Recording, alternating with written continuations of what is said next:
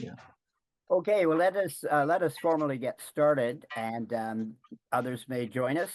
I'd like to all welcome you to Foresight Synergy Network, 13th of February, 2025, a webinar by Valarie Findlay, also Val for short. And the topic she's going to talk about today, which is something she's been deeply involved in and interested in for some time, is on her PhD thesis, her dissertation, which she's about to defend very soon. And the topic is the domestic threat of ideological themed violence and its links to society and change. And it's going to primarily focus on Canada and the United States since about the 1800s, early 1800s to the present. And I think we've got a very interesting story to hear from what's going on in the present, certainly, and maybe even you might, given we're a futures group, project a little bit into what might be anticipated. So this presentation is based on Val's research, which she submitted as her PhD thesis at Royal Roads University. And she will present her examination into the ideological theme violence in Canada and US, as I was just saying. Val has over 20 years experience in private and military cybersecurity and intelligence for both the Canadian and American governments and the Five Eyes, which is, of course, an agency of the partnership between several countries, I'm sure you all know. She holds a master's in terrorism studies from University of St. Andrews in Scotland, I assume, and also a master's in sociology from Leicester University in England, and is preparing to defend her thesis, as I just mentioned, at Royal Roads, which is out in British Columbia. She's a past research fellow of the National Police Foundation in the US. And there's a link there to CATA Alliance and the Canadian Association of Chiefs of Police, specifically their crimes committee. And on that account, some of her qualifications, and she's also published a number of evidence-based research studies, both for industry and as part of her work with various security organizations and conferences that she's presented at. And she's a member of various organizations that are key to her interests here. So this is Val's second presentation to the FSN group. So if you'd like to check out the first, it was on July the 29th, 2022. So a little while ago. And that was on synthesizing ideological violence and social figurations. So Val, I'd like to turn it over to you, and the floor is yours. Great. Thanks for that, Peter. I appreciate it. Some of those credentials are out of date with the Canadian Association of Chiefs of Police, but that's okay. It's always good to give them props and CATA Alliance. But yes, I've been, and it's funny you mentioned that last presentation. That is literally the last presentation I've done. I've been so busy with this thesis. So yeah, so we'll see how rusty I am at doing a presentation. I'm going to sort of preface this with the presentation I did actually. Sorry, Peter, go ahead. Well, consider this then a dry run for your thesis defense. Yeah, we might need to do this a few times then. The presentation I did for you back a couple years ago, that was sort of the precursor of where this came from. So that was sort of me testing out the theory around the social theory around what I thought was a very good area to delve into. And this presentation this is where we are. So where we started, where we are. So this thesis is, so it's not published yet, as Peter mentioned. It's going to be defended in about maybe a month and a half, we're hoping. And substantial amount of work, 390 pages, more than I think is humanly allowed. But it was, I took a big chunk of I took off a big chunk of looking at this through the lens of my experience, plus the research that's out there and the gaps that I thought needed to be addressed. and establishing some clarity around very important aspects of this related to the terminology and definitions we use, what we've been doing that works and does not work. I introduce some new terms that either some people go, wow, this is really interesting, or other people are completely like, I have no idea what you're talking about, and we don't understand what ideologically themed violence means. So we're going to talk about those definitions as well, so that everybody's on the same page. So requires a little bit of an open mind and a little bit of understanding from the perspective that the intention with this has been to improve social policy from institutions like government institutions, but it is academic, so it has an applied purpose. But I am still very much stuck in academic role, and I try to be as approachable and explain this as well as possible. So feel free to interrupt me at any time if you think I'm saying something that doesn't resonate with you or you want clarification on. I'm totally open to that. I see this as a fluid May I ask, discussion, so may I just, yeah. sorry to interrupt you, but on that very offer, if anyone wishes to ask a question or make a comment, just raise your hand on the screen. So use the screen feature on Zoom.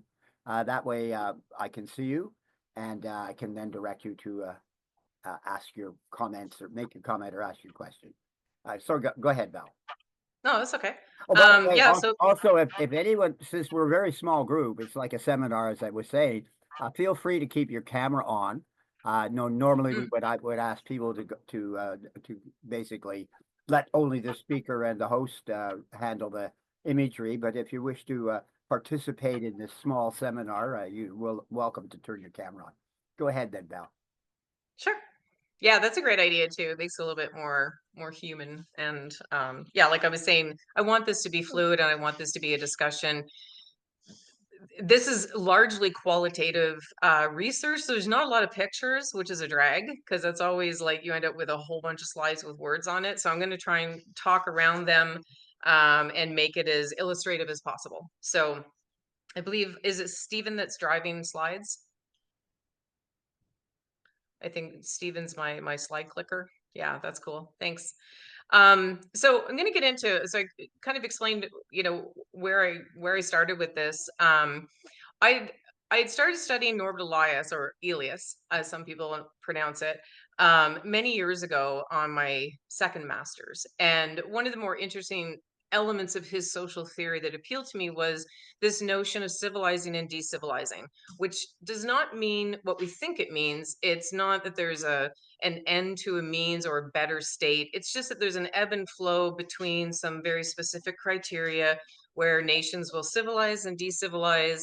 And from my perspective, I felt as though there had to be a connection with social change, which we know there is, and that in turn may have a correlative effect with violence, social violence, but more specifically, ideological violence. So the only way I could see to look at this was from framing it in a 300-year period and looking at the qualitative data that we have on ideological violence and what we understand that to be, and then with the most recent quantitative data, using that as sort of the back end as we move through the 300 years to sort of look at, okay, so what's been going on in the ideological movement space where violence occurs, and where have things been with social change and social balances, which I'll get into more later. So it's a comparative analysis in a way, but it's just done in a very unconventional way because Norbert Elias did not have,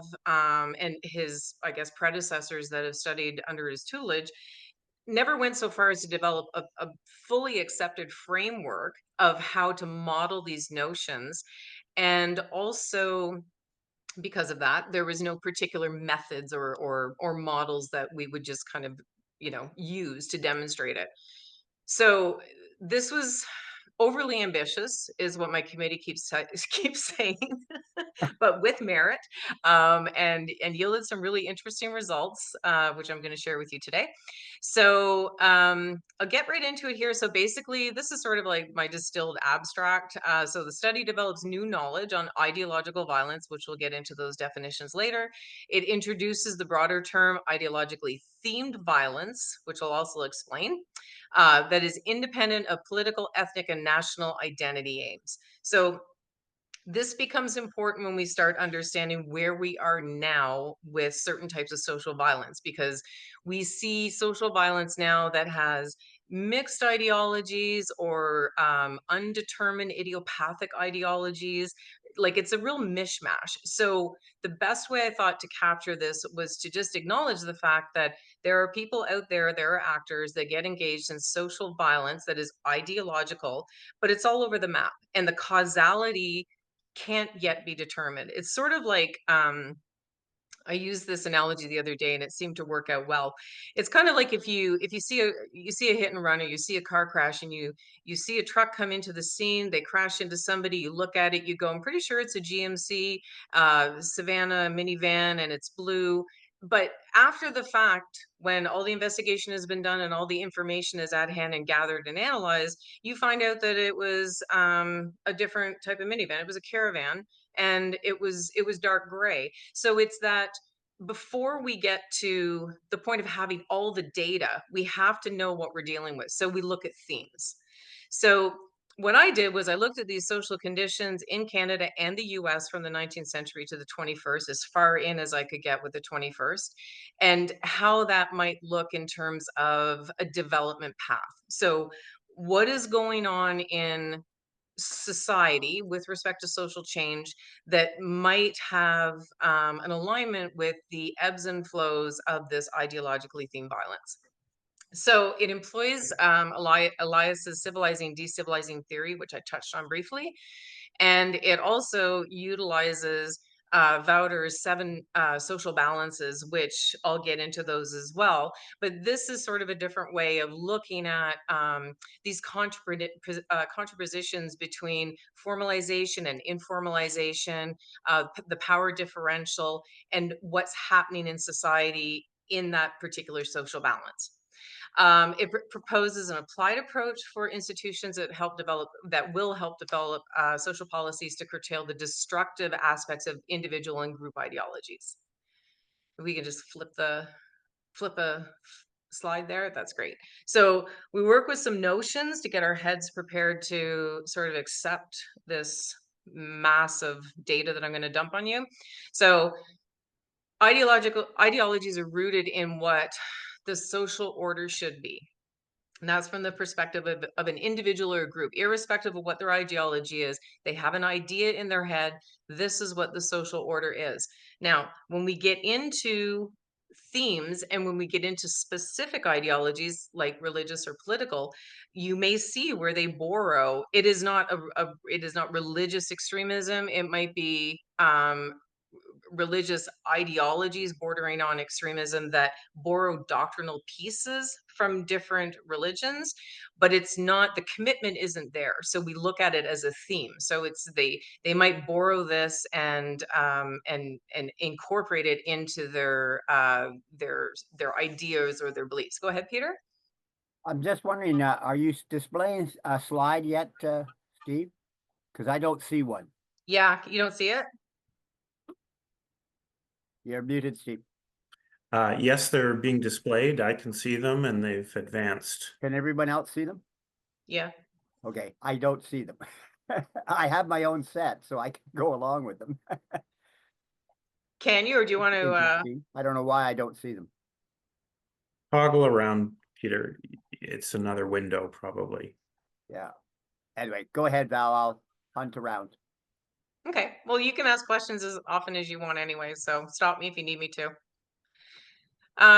So one of the other notions we accept in this study is that extreme ideologies are tied to social narratives of traditional orders that may be under threat of being dismantled. So we can look at all kinds of traditional orders around, gender roles, the patriarchy, particular views on other races, and how those extreme ideologies, the way that they stay quote unquote relevant is they become embedded in stereotypes, but they also become part of a social narrative within that group. So they continue to tell the stories from their fathers to their sons to their daughters and downward, and that ensures some kind of legacy. So we see this rise or this amplification when those traditional orders for those specific groups, not the rest of us folks that are okay with everybody, you know, not having their rights impinged on, where they feel that this is being dismantled. So this could come from a political or a religious element, but there's a distinct notion by that group that everything that they fought for and that they believe in is about to be dissolved for some reason. So they've identified a threat to that, which is usually another group that they're going to marginalize. So it's that other group that are subject to the social order they're trying to impose. Another notion is it may result in movements and protests escalating to riots and wider social violence. So it's not affirmed that just because you have an ideology or you have an extreme view doesn't mean you're going to be violent. It does depend, and it is certainly working on a small minority. However, we look at the intensification, concentration, and numbers en masse when you get a whole bunch of people moving in the same direction, especially if they're non-committal. So if there's a single issue that other people can attach themselves to that's in a greater movement, that's where we see a higher risk or a bigger concern. Extreme ideological movements inspire like-minded individuals by promoting idealized social order through enduring stereotypes and elevate their status, which I think I sufficiently covered that. So we can go to the next slide, unless anyone has any questions.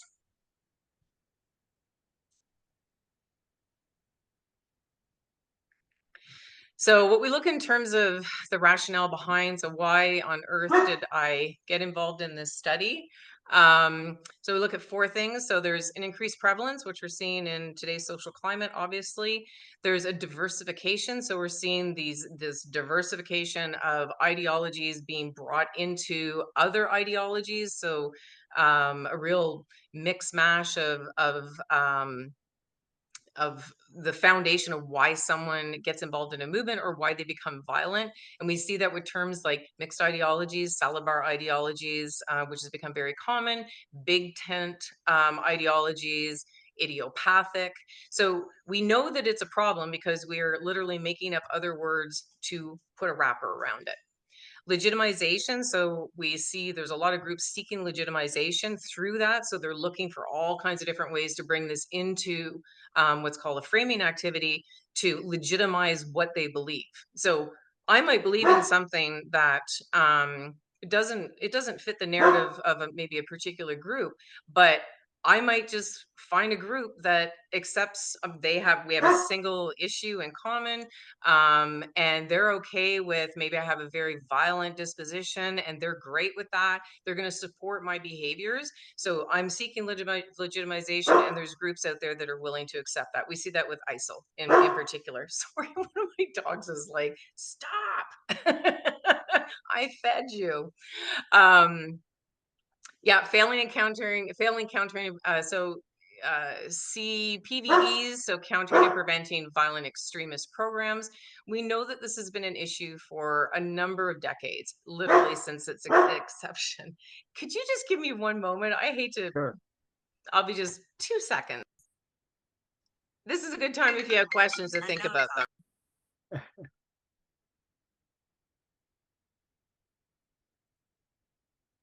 I think, Peter, this topic, you could do probably half a dozen PhD theses if it is studied in Middle East. Well, it's certainly a topic that we've had several conversations around, but not specifically on. So yes. Yeah, I think Okay, the market Val, for this topic, major market, half a dozen PhDs in Middle East.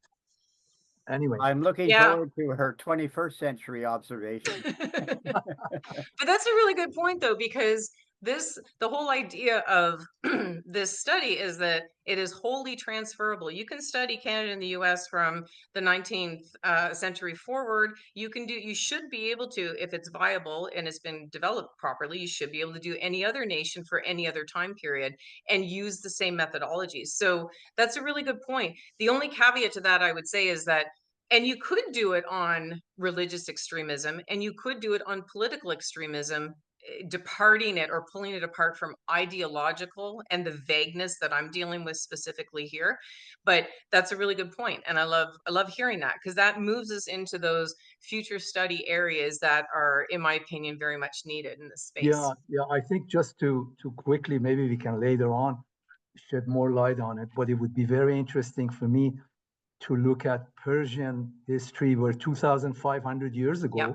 they were civilized. We have right now the human right in United Nations. And all of a sudden, it's been 1,300 years, which the country has gone violently backwards.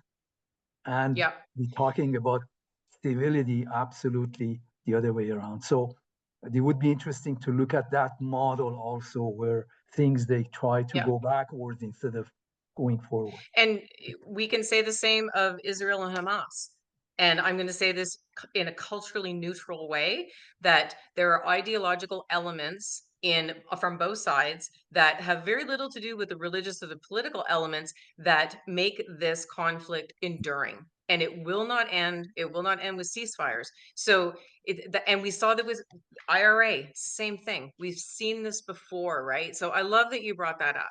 Go Yeah, ahead, I Peter. think one point here, Val, I think what you mentioned here, that's another interesting kind of, I think, natural law, which says if there is any occupation, if there is any aggression, by nature, there would be resistance. You can't stop resistance. Resistance creates automatically by nature is created upon any kind of occupation and aggression. So that's another model which we need to look at. Very different from what we're talking about, perhaps related, but very important. It's like saying it's raining, but then don't get wet. I mean, you know, when there is aggression, when there is occupation, there's going to be resistance. Now, how it's going to unfold, as you just pointed out, we have to look at it and see how it's going to. Anyway, there are two areas, which these two areas are very important. One is the Persian model. The other one is, as you just mentioned, a kind of aggression, occupation versus resistance model, how it unfolds, right? Okay. Yeah, I love that. Brilliant. I just wanted to say that Morteza is speaking with some authority, having spent much of his life growing up in Iran. Yeah, also I had few PhD students, it's been a while, back in 80s. One of them, he's a full prof in RWU.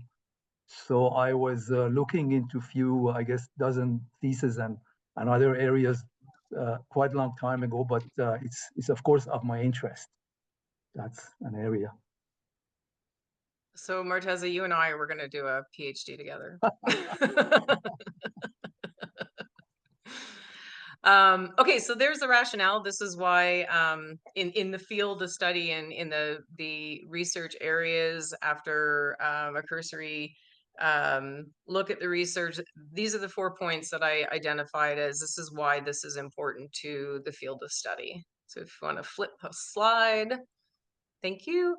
And really, it's sort of distilled down to this one idea. What we've been doing for decades is not working. So I borrowed a quote that I found that I could not attribute to anybody. I love it. And I used to say this all the time. A change is as good as a rest. So to lavish your time in degrading and rash, a change is as good as a rest.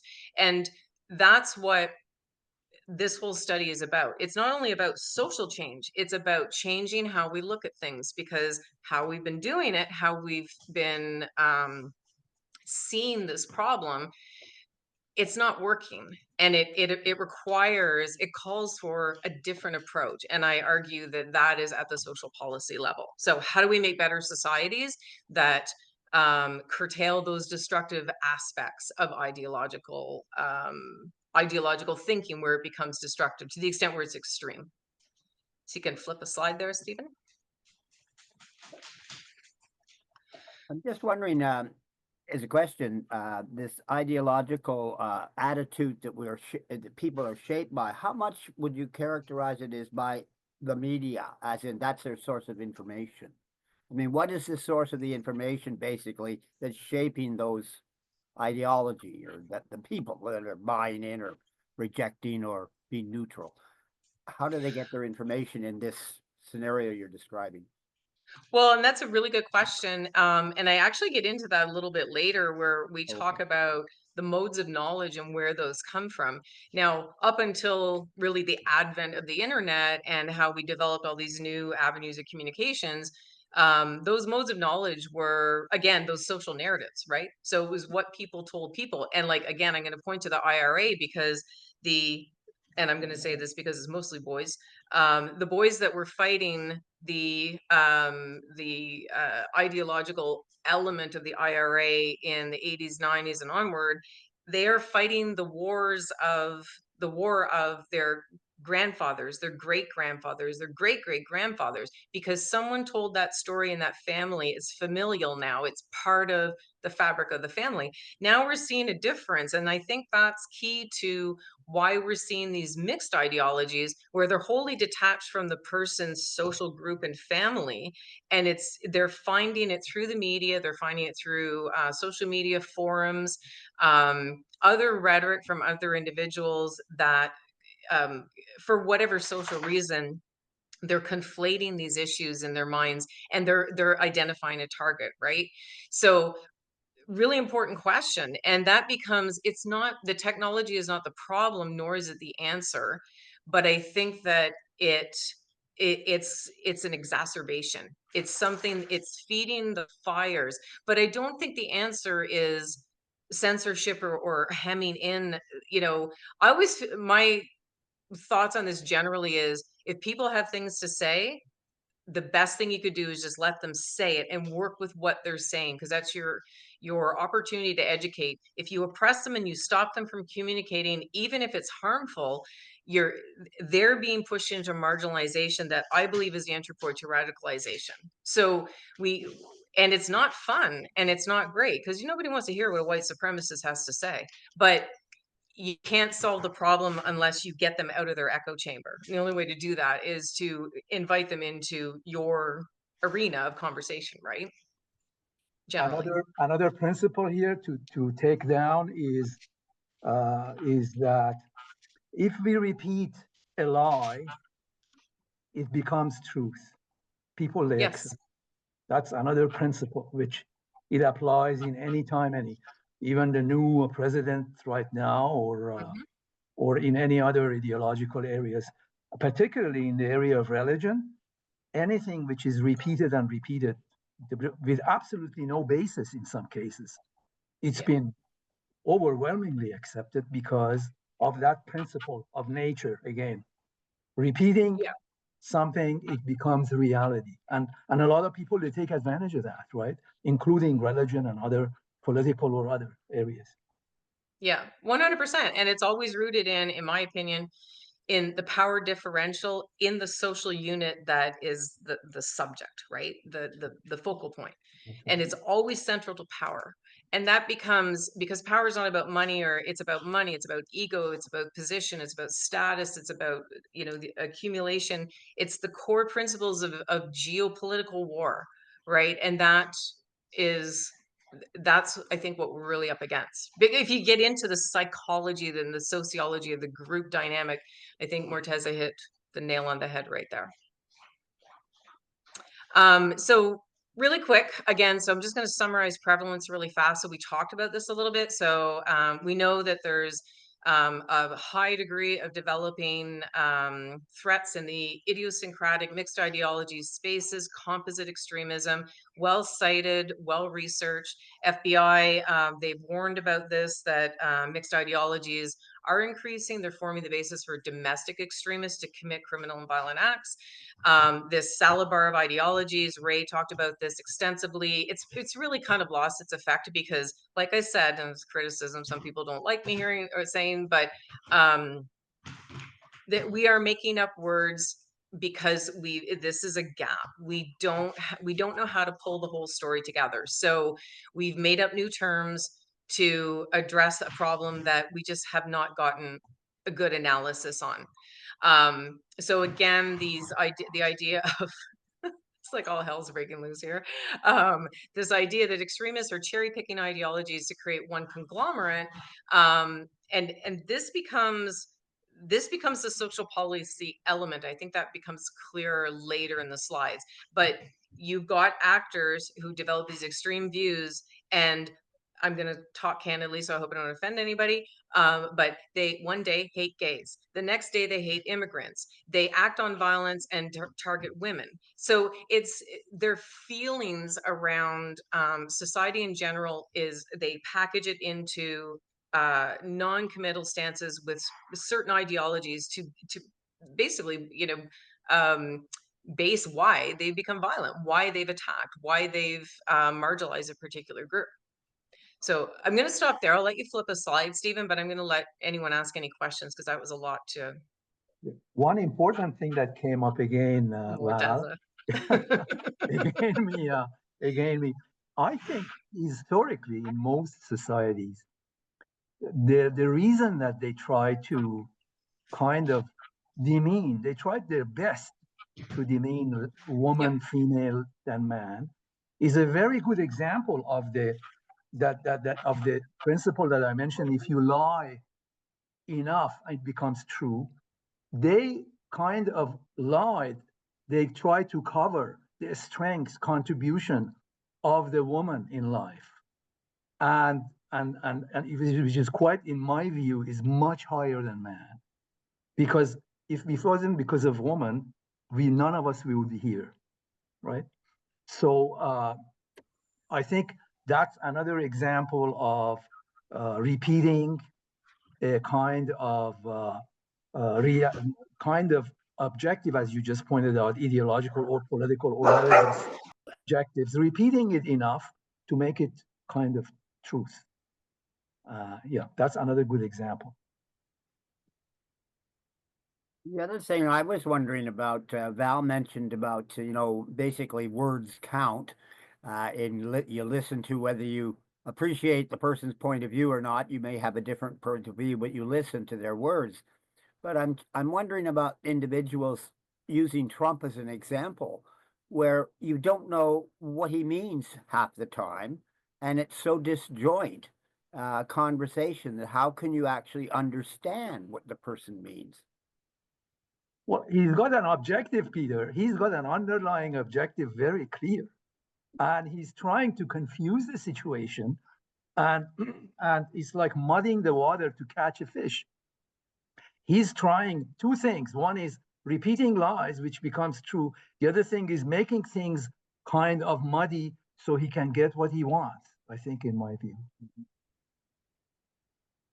I don't know whether you heard my question, Val, or my comment, I should say, but I'm just curious about, when you mentioned you listen to the person you're interacting with, and you may disagree with them, but I mean, in effect, their words count. You're listening, trying to understand what they say. But I find it very difficult to understand Trump, as in he says one thing one moment, and then he counters it the next moment and says, I didn't say that before. I mean, everything's mixed up between lies and facts or factoids. How do you deal with that kind of a person? I mean, maybe you deal like Scott. Maybe you've dealt with these kind of people in a police situation. How do you understand what their issue is? I mean, it strikes me that there's some kind of social issue there that needs to be resolved to delve deeper into the kind of problems that you're talking about. And you hit a good point there. Let me stop you. You said social. So it's important to distinguish between, I don't deal with individual, right? Because I deal with the individuals in groups, because I'm interested in people and how they behave based on their social unit and the social codes and controls around them, which differ, right? Why someone as an individual does what they do what they do rather, is less of an interest than what they do within the constraints of a group. Because if I don't have the social support, in some instances, if I don't have the social support for my criminal or violent behavior, I may never act on it. But if I've got a group that says, no, you're absolutely right, that other group, they're a threat and they're beneath us. So, you want to go out and bash someone in the head, and you want to beat somebody up, we support that. We have no problem with that because we marginalize them already. So I think that's sort of the distinction I always like to make, because the individual psychological element, I don't even touch that because I'm not a psychologist, right? So I have less temperament for that, because I feel what goes on in someone's head is not activated until they're in a group that supports that. or they're getting messaging.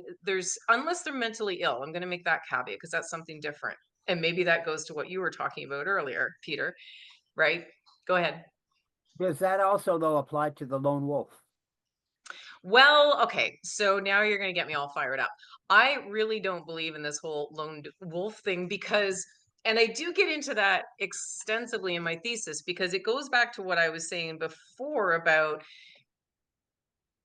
I can't remember, it might even be Scott Todd that used to say this, not enough data. I forget who used to say this, someone on the CACP, but it's true.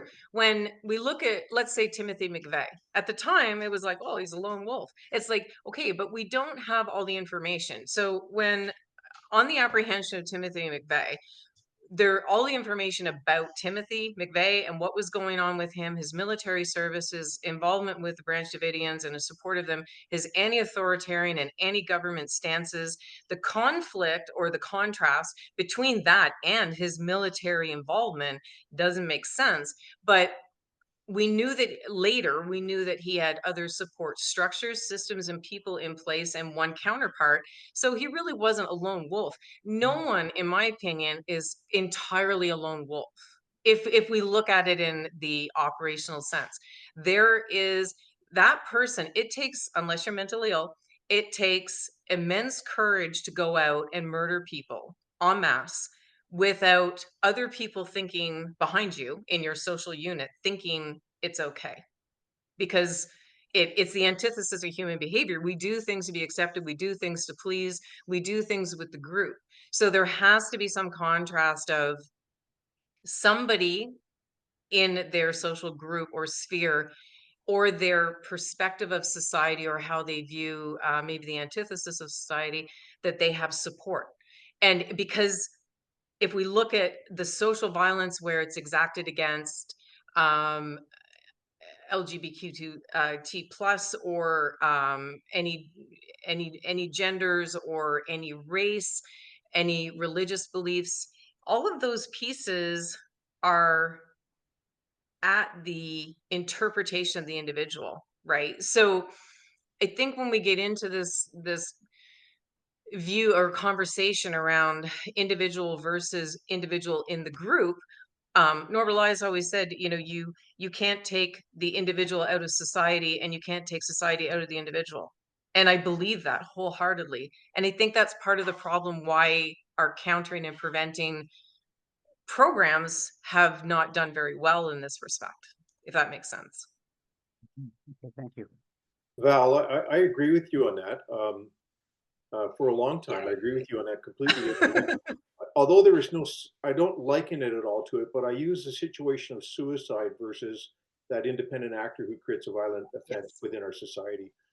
No one commits suicide or no one kills themselves without some other social factor or some other type of social content factor that allows their mind, and mental illness or not, allows their mind to make that decision.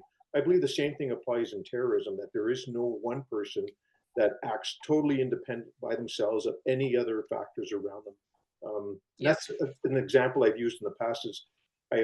Although I can't say they're contextually exactly the same, but I do believe suicide and I agree, I hate the lone wolf term or the single actor term all the time, but they have a lot of commonality in them, in how the decision arrives to make a violent act. I agree. And it's look at the subtext. And I think we're in the habit of looking at all the little pieces on the top that are very obvious to us, very visual, very easy to grab, and we lack analysis all the time. But looking at the subtext typically tells a very different causal story, in my opinion. Peter? I was wondering then, you've certainly satisfied me with the lone wolf. There are a little bit more than the lone, but I think of also those who, the 15 minutes in the sun type. They may just decide, I want to be famous in some way, and an easy way to be famous is to be violent, and so they do some violent act. Maybe Well, and maybe as Todd was talking about suicide, maybe ending their life as well. But is that a person who's part of a social group? well, they could be, but I think it depends if you look at somebody wants their 15 minutes of fame. First of all, that's our interpretation of their behaviors, which is fair, if totally fair. But if it's accurate, then what makes them want that fame? What's lacking in their perception of society, right? So have they been starved, or have they been marginalized themselves away from processes they believe that they have fair access to, but they see others accessing, right? And that's one of the fundamental arguments of, why people go in that direction, is that they feel, for whatever reason, they've been cheated in society. Everyone else gets a fair shake. Everyone else is being treated fairly and equitably, but I'm not. And it is because they are hateful people. Certainly hate and violence don't go, they're not too far apart, but then I think you get into the individual psychology of, there are some people that are so heavily indoctrinated in violence, and that is so heavily distasteful in our society, they will never be accepted for that. So until they change, or until they've rehabilitated into the sense of society, they're never going to feel fully you know enveloped, if you will. And so are they always at risk of violence? Well, if they're entertaining it, and they're willing to, if they're pushed to the extent where their social, I would say their community and social view starts to extend to a global view, then you have problems, because those are the people that believe in the homogenization of the entire world. And then down to, maybe it's just the nation, or maybe it's down to their society, what they experience in society. Maybe it's down to their community. Maybe it's down to family. Those last three layers, not so bad, because they are less likely to go out and violently deal with the people that they have already marginalized in their head based on the social order, right? Does that make sense? You see what I'm saying? Like, Yes. we could use Hitler in that respect, and how he manipulated a nation to believe that, the literally the extermination, the cultural genocide, the social genocide of a race was to the benefit of an entire nation. Well, if he only believed that about his community, he's probably not going to be tolerated, because the social codes there are a little bit tighter. Or his family, they probably just put up with his kooky ideas and, his anti-Semite, verbalizations. When you get into how you feel about greater society, like an example would be, here I live in Ottawa, how I feel about Ontario and good portions of Eastern Canada versus the nation, then you get into problems, because then you're looking for groups, and you're looking for mobilization, right? A movement. Stephen? Yeah, if Sorry. I can interject here, we're having a great discussion, but we're about, I don't know, how many slides through out of 70? So I just want to bring that up. It's an interesting subject. I appreciate that, Stephen, about you. You're punctual. How about this? Let me rip through a good chunk of slides here, and I'll stop interrupting. No, it's okay. I mean, let some of it percolate, and we'll see where we go with it. So let's just move through the rationale, and you certainly can look at this later. So we talked about, diversification, legitimization. I think we know what that means. So we have a sampling array of ideological and extremist beliefs, and that's a step towards radicalization. Again, it's not affirmed violence, but it pushes the penny closer and closer. So in a nutshell, this adds to the already complex assembly of extremist types, right? So this is this mixed ideology, Salabar ideology that we're talking about. And the fortification of ideological beliefs shared across groups. And this is where it gets messy, right? Because we start to see this with, Freedom Convoy and all that went on there, white supremacist notions and ideologies. And there's a whole bunch of stuff that starts to slide in. So the neo-Nazism and Islamic extremism integration of anti-Semitism narratives, these two intersect. And a lot of people don't realize that. So we'll flip a slide there, Stephen. We can actually skip this one too, because this is really just talking about, sorry, maybe just flip back if you don't mind. I apologize.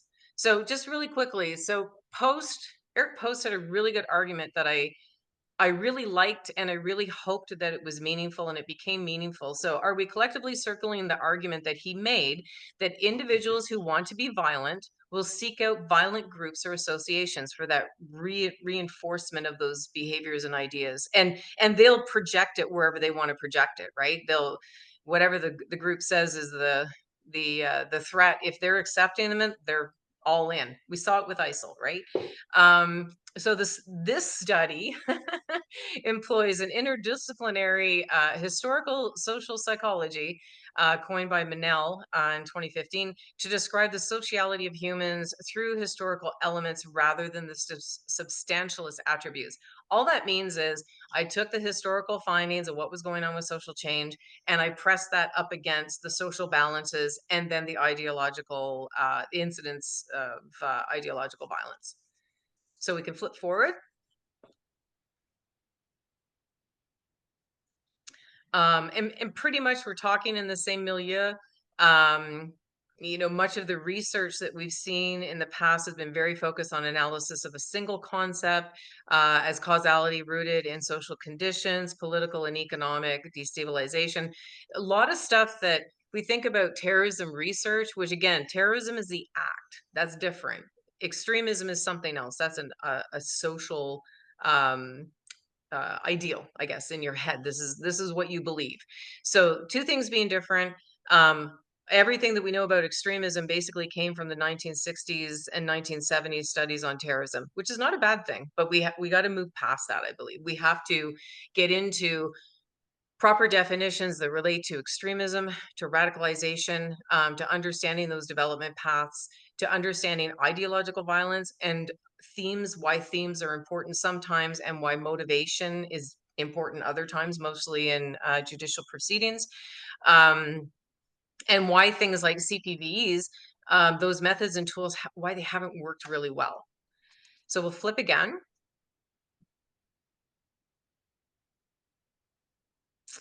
So again, just the CPVs, just very briefly on this, it is used for everything. So this idea of countering and preventing violent extremism, we use this across the board, irrespective if it is extreme social violence or an extreme social view. CPVE is the thing. Now it's also referred to as CVE or just PVE, and there's other names for it, but they all kind of stem from the same thing. So there's like some main concepts around this that a lot of work has been put into these protocols, but they just don't work that effectively in a clinical setting. And for a lot of reasons, especially because we are trying to measure from a low base rate of people that kill based on extreme violence. So it's hard to substantiate that because it is such a low base rate, and there's no cure for that. So it has come under fire by civil human rights and civil rights advocates alleging misuse, ineffectiveness, discrimination, ambiguous definitions, unethical surveillance, informant recruiting, all posing a threat to human rights. They're based on effectively outdated research, and they're frequently mislabeling individuals as a risk of engaging in extreme violence when they actually aren't. And we'll flip again. So again, we're still just talking about rationale here. So we'll flip again because I think we've gone through a lot of this. A lot of this too. I went off script, is what I'm saying. So we're going to frame this a little bit just to understand some of the concepts. So Pinker, Steven Pinker observed that it's not the communist leaders such as Stalin, Mao, Castro that have the corner on ideologies. It is the worldviews that have morphed into passionate, accusatory, and sometimes violent ideological movements.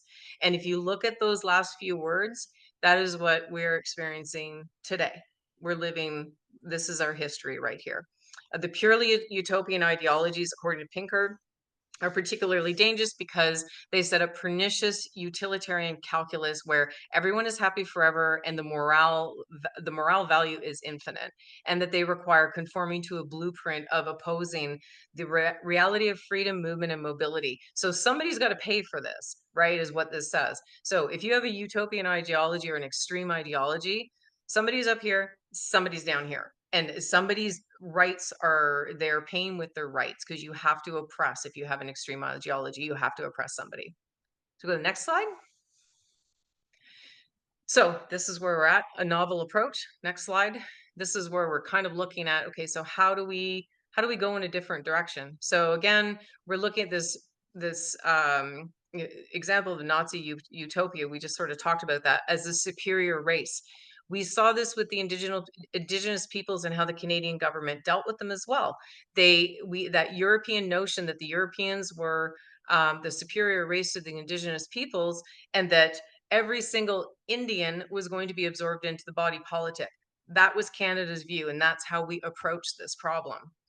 They were not the problem, obviously.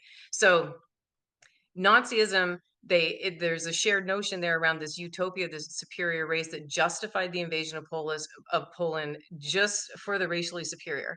So that purification, this is what Pinker says, that purification justified the genocides by tethering of Nazism and communism together. So you see the ideology becoming part of the political. So you have the social elements that ascend to a political message or mandate. And this creates that further sliding scale of deteriorating ethics.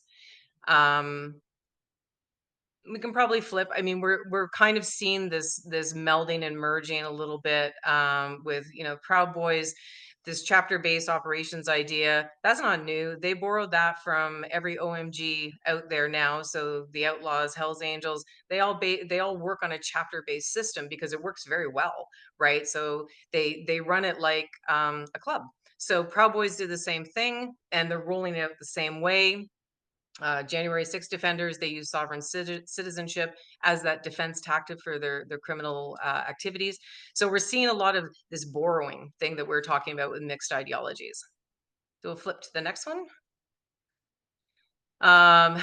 So a good example was the Tops Friendly Market shooting in Buffalo. So at the time, you know, right out of the gate, the media assumes that this is because this individual is anti-Black, that they have a white power narrative, which was not untrue, but he was also suffering from a mental health disorder, and he was also very much aligned to predominant social changes. So he had a history of threats of murder and suicide at school as well. So there's a compounding here where he's already violent. He's already ascribed to this notion. He is finding support in that from somewhere, probably the internet, and maybe from informal relationships digitally on the internet in forums. But it has, and I'm not saying this in a permissive way, this act had very little to do with Blacks as much as that this was proximate to this individual. So he's borrowing what murderers do. They commit their crimes where they're most comfortable. They have their quote unquote hunting ground. So we don't know this though right away.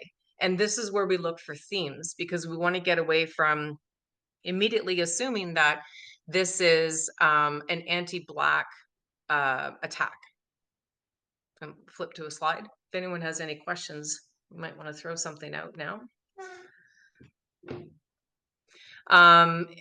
Incelism, so incels, involuntary celibates. We saw that in a number of incidents where there was this sort of melding. And this is where it gets tricky, because incelism is a misogynistic ideology.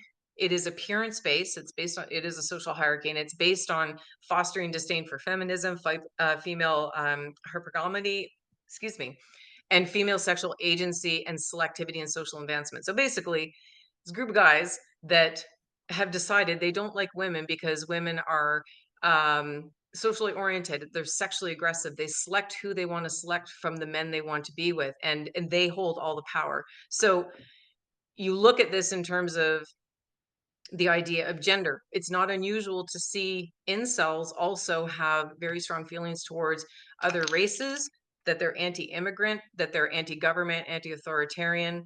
And you see these themes. These are angry people, angry, violent people looking for a place to land that. So the solution narratives that you hear often from incels is coercion towards women, rape, forced monogamy, and the patriarchal rule. Patriarchal rule is the enduring narrative that we've seen for thousands of years, the male right to sex. They take that from thousands of years ago, like these guys got to find something better to do, and bring it into the current day and operationalize that as their idea of the social order, that men are here, women are here. They haven't met me yet. That's their saving grace. I would just argue them into the ground.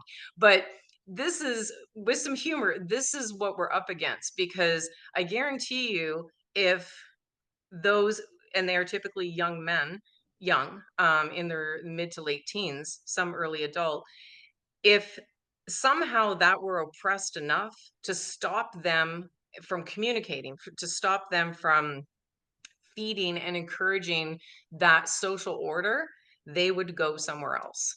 100%. I'm convinced of that.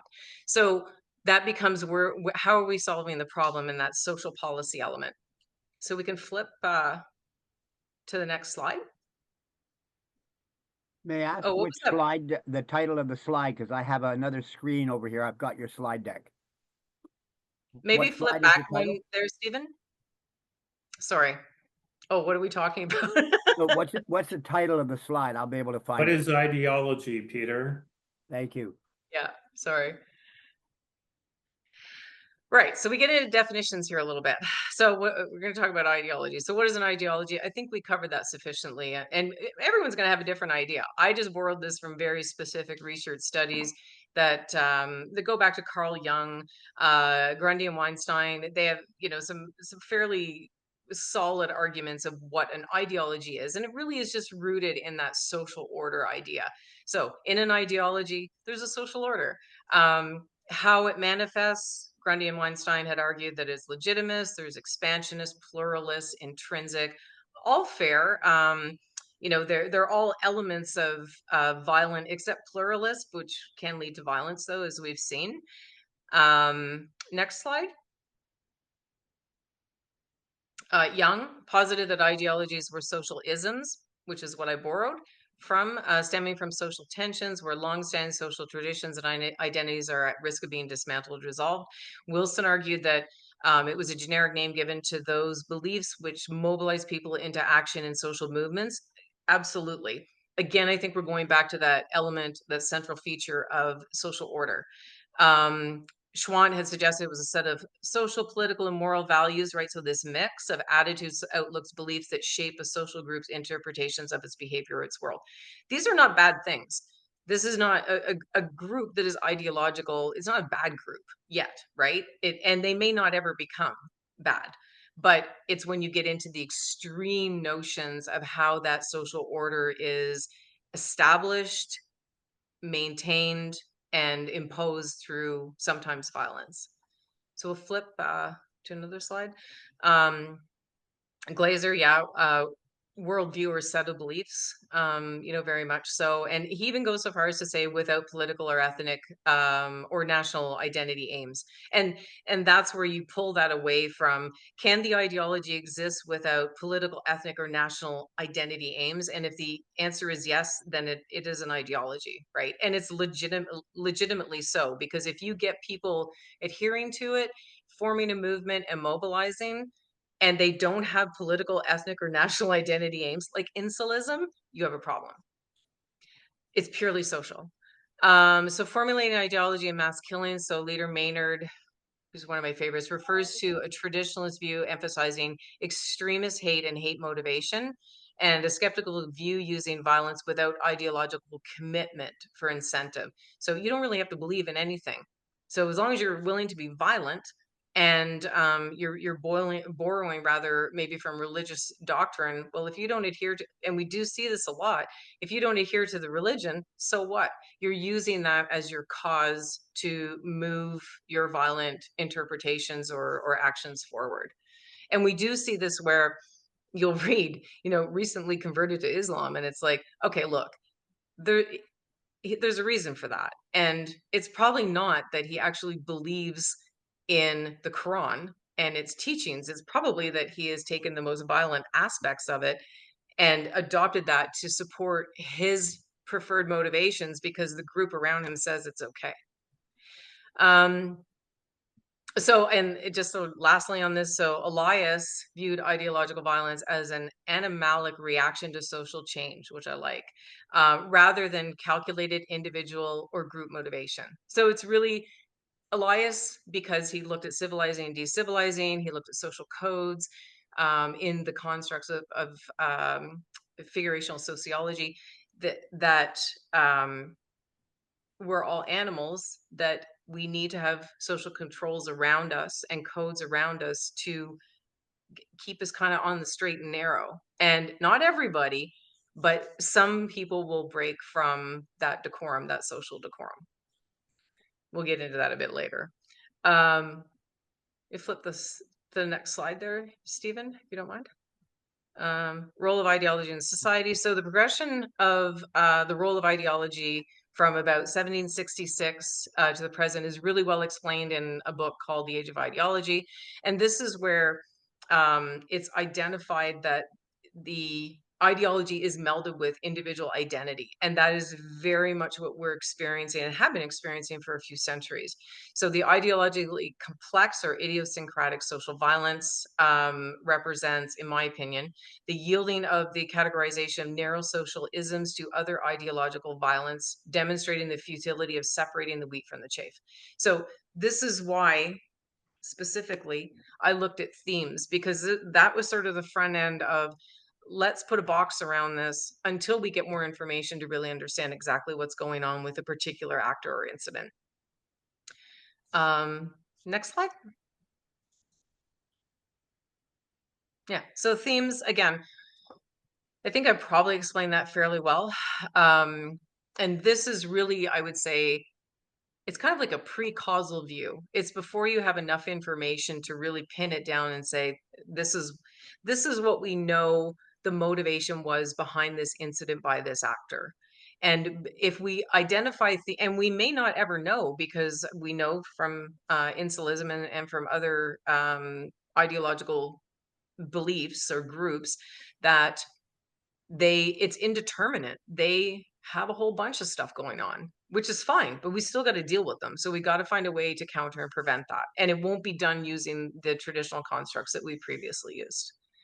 So we go to the next slide. And we can skip this one too. Just, I don't want to run out of time.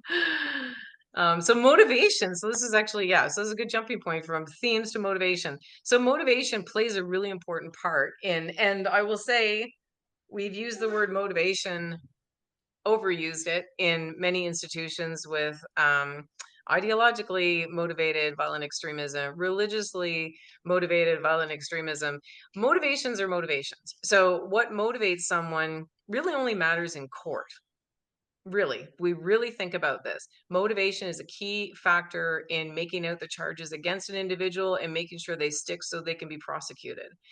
And there's nothing wrong with that, but it has its place, and it's not always in the analysis of an incident, because again, it goes back to, if you look at the progression of, you have an incident, you have an actor, the actor's apprehended, you start to gather a bunch of different information, they may or may not get whatever charges, you're moving down that line of, then you're gathering all the evidence, and then you're doing all the investigation of their background, and this is becoming part of what is presented to the Crown, and then it goes into proceedings, and then the judge is going to make his or her ruling on this, and there's going to be a determination of what evidence is admissible and what is correct and what is viable.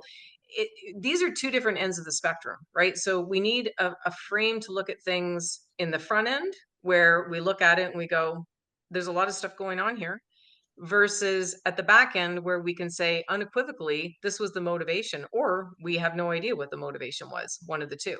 Now, Criminal Code of Canada does account for, there's an ideological element to it, and this was in the Crown versus Ansari. Ideology was defined as a system of ideas and principles forming the basis of an economic or political theory, or the set of beliefs that are held by a particular group, which is fine, but it becomes inadequate when we look at gender discrimination, insulism, non-political anarchism, moral ideologies. These can escape prosecution because of that particular precedence that was set, because it doesn't adequately address ideology. So we'll flip to the next other important definition. So extremism was borrowed from Sanchez Cuenque's definition as individuals or groups have undergone transformation of radical ideas. Radicalization was adopted also from his definition as a process or development path that leads an individual to hold extreme views as the distance between the individual or group preferences and the societal status quo. Terrorism is the act. FBI covered that. I think that's widely accepted, but we always use it. Like the media, as soon as something happens, it's like, well, it's terrorism. But really, it's social violence. It's an extremist incident. Should we go to the next one? I'm going to stop here for 1 sec, just to give you guys a chance to ask any questions. I think we're doing it not too badly for time. Or any If you don't, comments? if you have no comments, that's fine. But if you would like to, certainly engage. A quick comment here.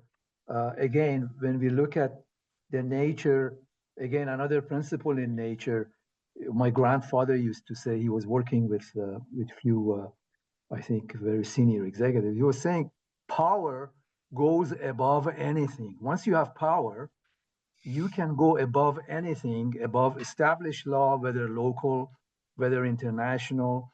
And we could see that in the question that was asked from Trump, that you're taking over Gaza, and with which law is against international law. He says using US law. Yeah. Well, and the problem with international law is nobody enforces it. There's no teeth, and that Yeah.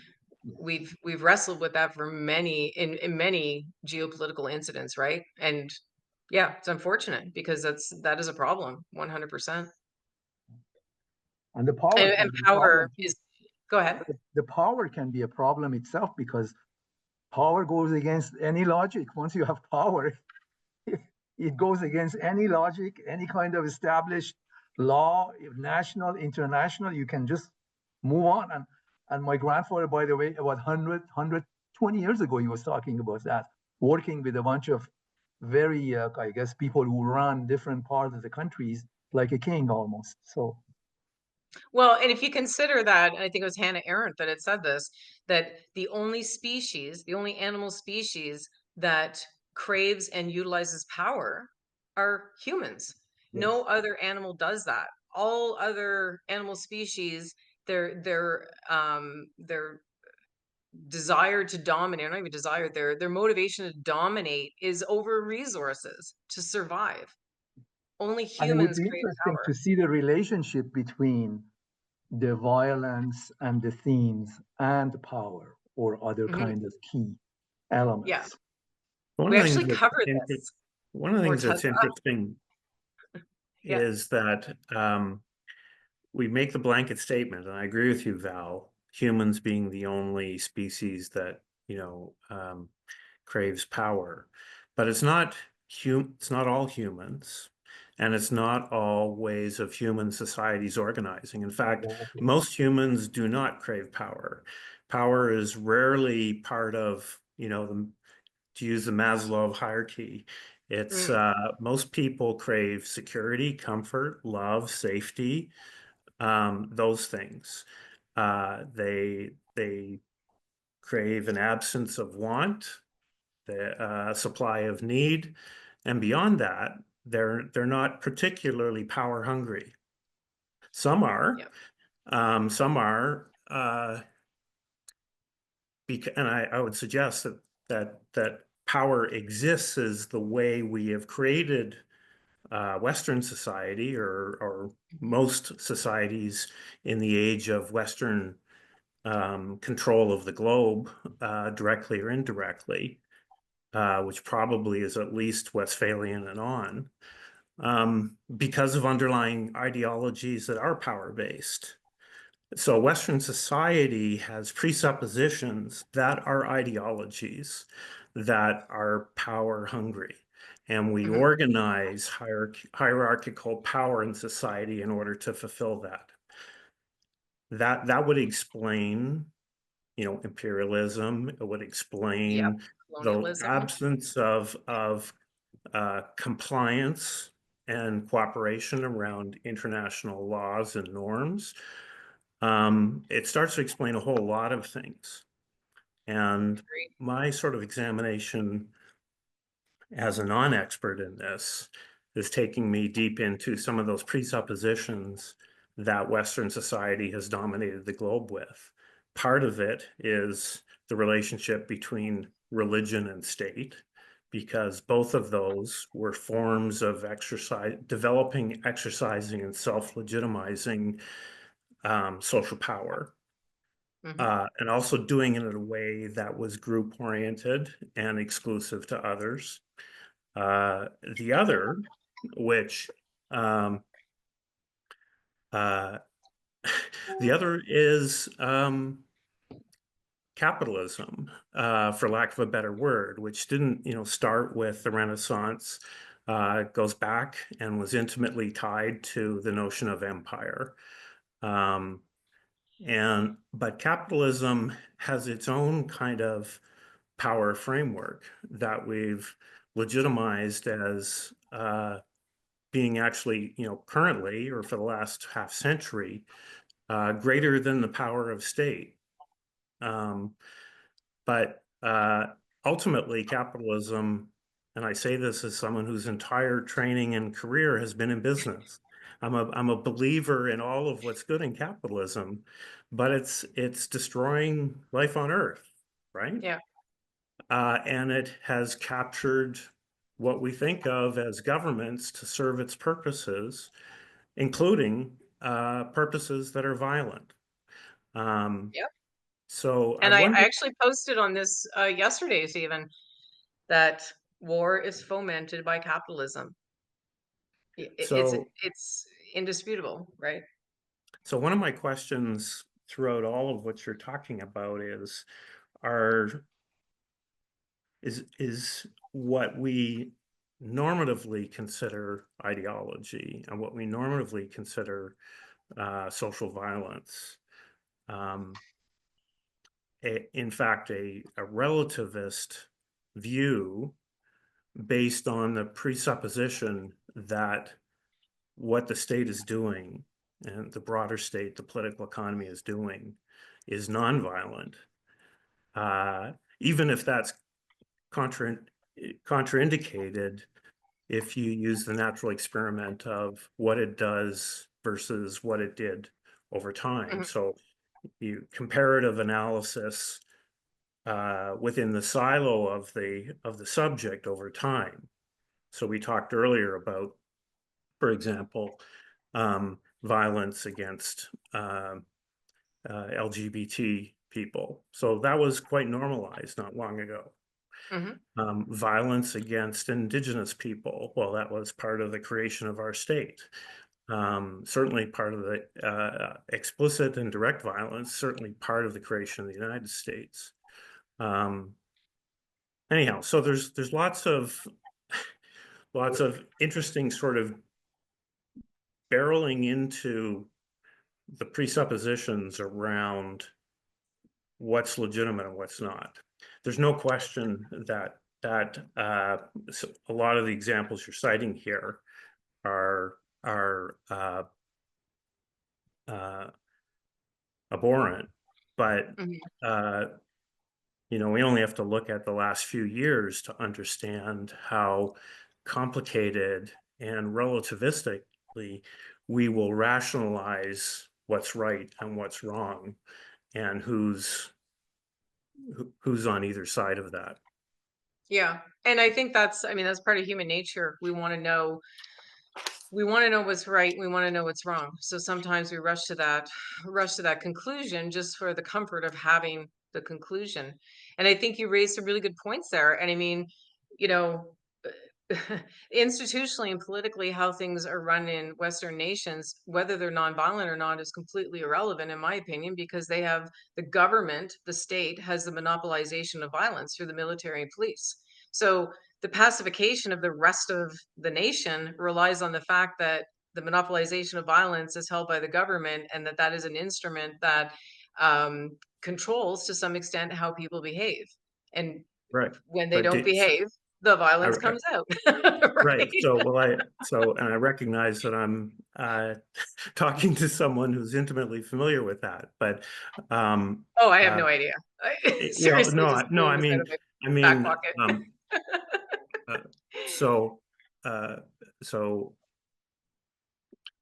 if we take the assumption that the state is always right, then that's one way of viewing things. But is that not in itself a kind of ideological presupposition? It absolutely is, because it sets a social order. However, I mean, my perspective, just personally on things is, um, the masses are always right, whether we like it or not, the masses. And I think that there is a social conscience that we've developed that is there, and that social conscience is more, I'd say, redemptive or more has more viability than the nation or the government, in my opinion. And not everyone's going to agree with me, but I'm also a big fan of, I like to see people doing what people do because that's Mhm. what I study. So if you want to go riot in the streets, I will sit here and take notes. I'm not going to tell you it's right or wrong because that's not my business. We have lovely cops that do that and they will tell you exactly what the situation is. But for the sake of, I guess it was just for the sake of research and understanding, unfortunately, we have to experience and not tolerate, but we have to experience a lot of the bad in how humans group, right? To really understand what the heck's going on. But I totally agree with you 100% on every single thing you said, and certainly around capitalism, because um, if you look at anarchy and you look at fascism and all these other ideas of uh, social structure and economies and how things should actually be done and how money should be made and exchanged, those are not so much now, but many decades ago, those were distinct threats to nations, right? So how we've monetized now and how we've internationalized a lot of our markets, and we have free markets now, has really, I think, alleviated that, right? It's really deconstructed some of those ideas. It doesn't mean they're always going to be deconstructed, but I think you hit the nail on the head with that, especially with capitalism, that hit home. Gordon, maybe you'd like to go. Okay. So first of all, there's a lot of history of the family that we know about.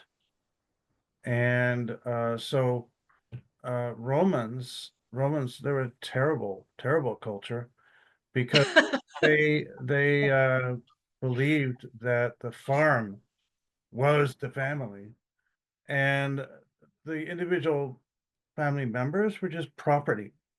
They could be sold into slavery. Even the paterfamilias, who was the CEO, but he was a member of the family, and since they weren't allowed to sell the farm, he couldn't borrow money against it either, because that could be used to, effectively sell it. So he had to take out the mortgage on himself.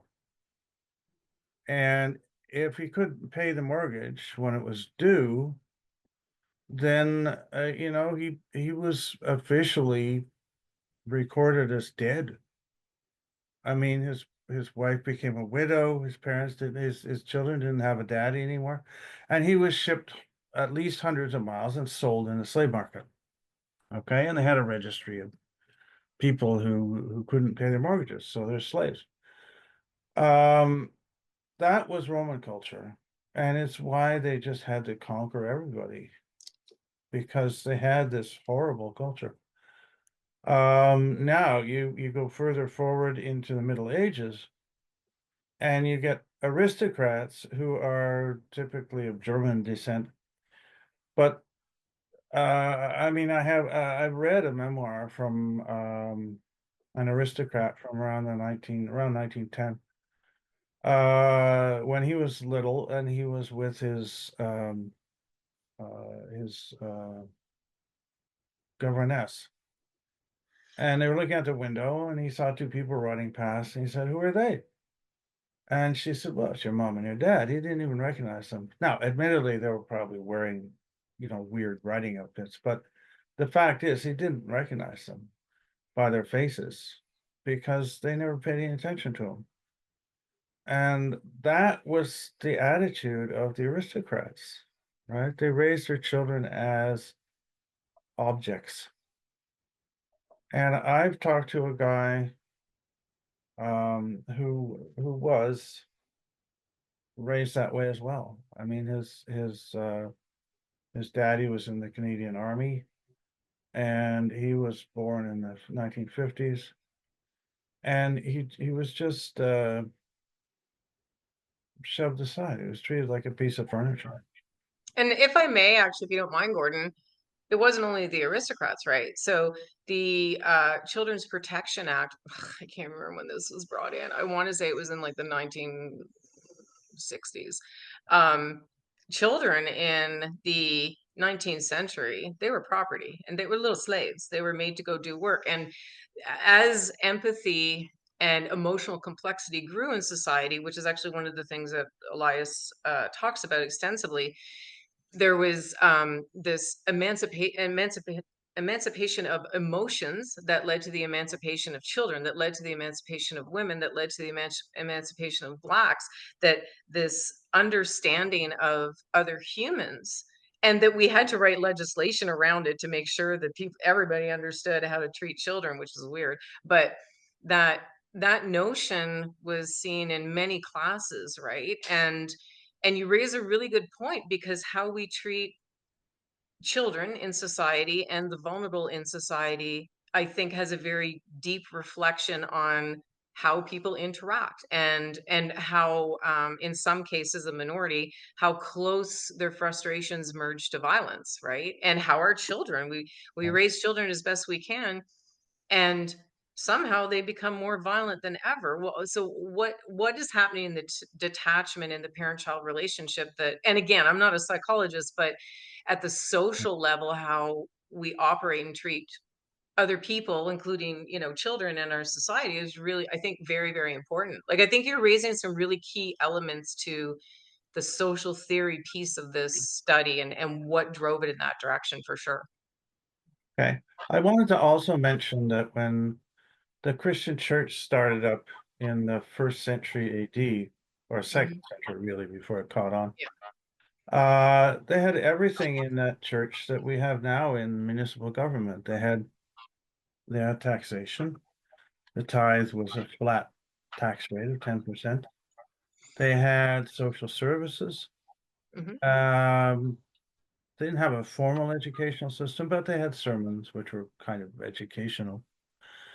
And right now, the churches are dying out, I think, because they've been totally replaced by municipal government. And we just don't need the churches anymore. We need municipal government. So things have changed. We made a lot of progress. And I speak as a somewhat radical Christian. I don't, I'm not in favor of any of that miracle stuff. I think that's silly. But I do believe that the social mechanisms are all good mechanisms, and that's what's happening, is we're kind of developing a better society that way. That's just my take on it. Oh, well said. Peter? Had a curious question. I noted in your slide that Elias actually published in 1939, Mm-hmm. definitive book you're quoting. And I'm just wondering, was he influenced by the rise of Nazism in any of his work that led to this kind of thinking that is what you're presenting? Oh, very much so. So he was actually subject to being exiled, right? He was Polish. And so very much, if you read his works, his 19 major works, that were originally published in German, Civilizing Process wasn't translated until 1969.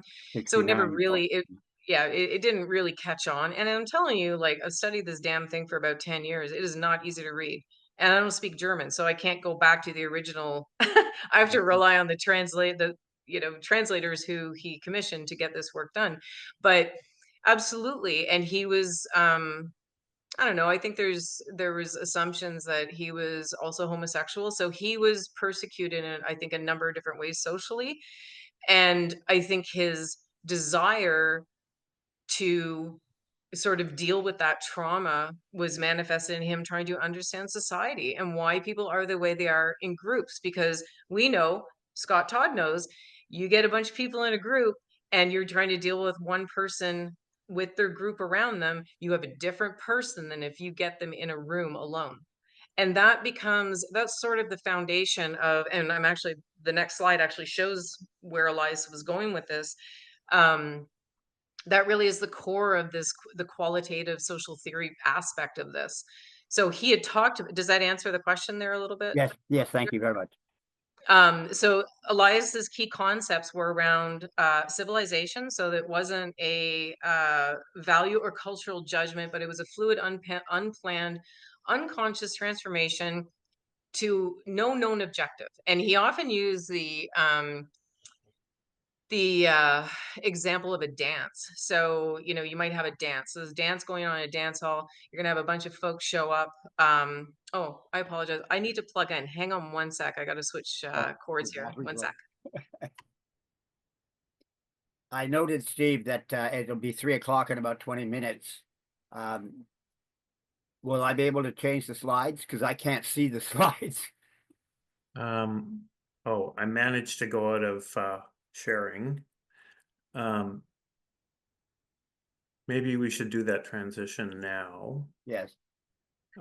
So we were on slide. I think it's the approach and methodology first slide. Yeah, just a second The second here. slide under approach and methodology. Yeah. So Elias's key concepts. We'll edit all of this out, I assume. We're just preparing to transfer to me, Val. Okay. So just a second here. So Peter, I'm making you host. Yes. And I think that will give you the power to turn off the recording. And if you go to Yes, I do have that. go to slide 29 and you can take over from there. I don't know this. I can't see any slides at this point. You need to open up your own slides locally, go to 29 and then share those. Oh, okay. I will have to take a moment to do that. So go ahead, Val. You can continue to talk. You give your talk. I'll get the deck here. Yeah, for sure. So basically, yeah, so Elias would use the analogy to a dance. So the idea, it's kind of mind bending, but you think about the concept of dance, people show up, there's dancers. It doesn't matter what kind of dance the people are doing that makes it a dance. It's that there's people dancing. So, and people may come and go. Some people might sit out the entire song. Other people may leave entirely, but the dance is still going. So long as you have two participants, and this is a figurative sense, the dance is still happening.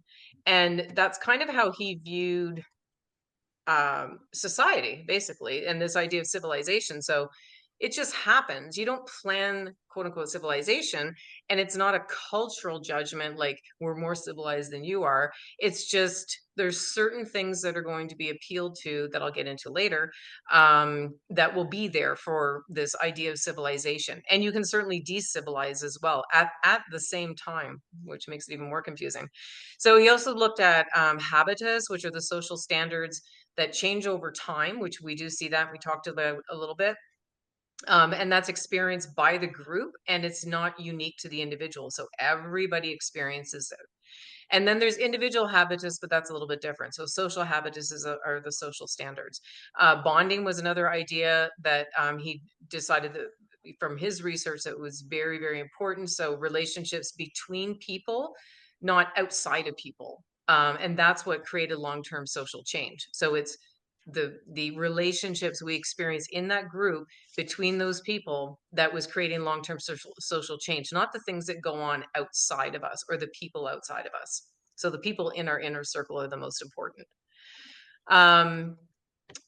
So Wouters, on the other hand, he kind of took the idea, he was very much a student of Elias, and he took the idea of the civilizing process and something else called the triad of basic controls. So there's basic controls in society that make people do what they do and create social change, long-term social change. So Wouters came up with these 7 social balances that were essentially contrapositions. It doesn't necessarily mean that they're balanced. It just means that this is one end of the polarity and this is the other.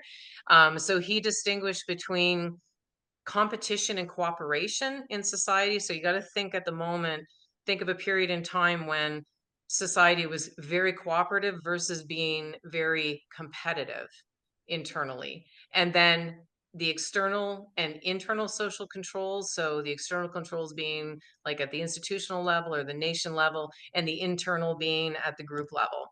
Formalization and informalization. So now, like, we're actually in a period of extreme informalization, which is not a bad thing, but versus formalization that you would have seen in the mid 1800s, for example. The balance between love and sex. So where love and sex were contrapositions to each other, in that how this affected procreation and population, how it affected other things on downstream, such as birth control. And because if there was no extramarital sex, there was not going to be any birth control, and all of a sudden women had rights and they were deciding to do other things rather than have children. So it created this cascade effect.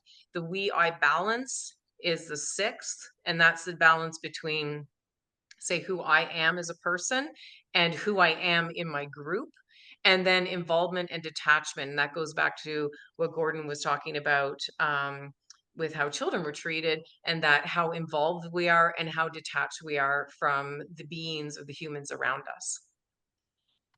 So I've just been going off my slides here. So if you can flip forward, maybe about 10 slides. So which slide should I be on, please? Keep I think going. we stopped at 29. At 29? Okay.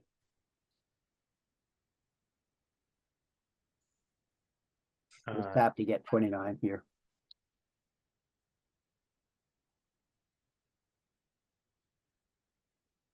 So 28 is guiding theories, approaches, and methods. Oop. I guess I went too far, not far enough.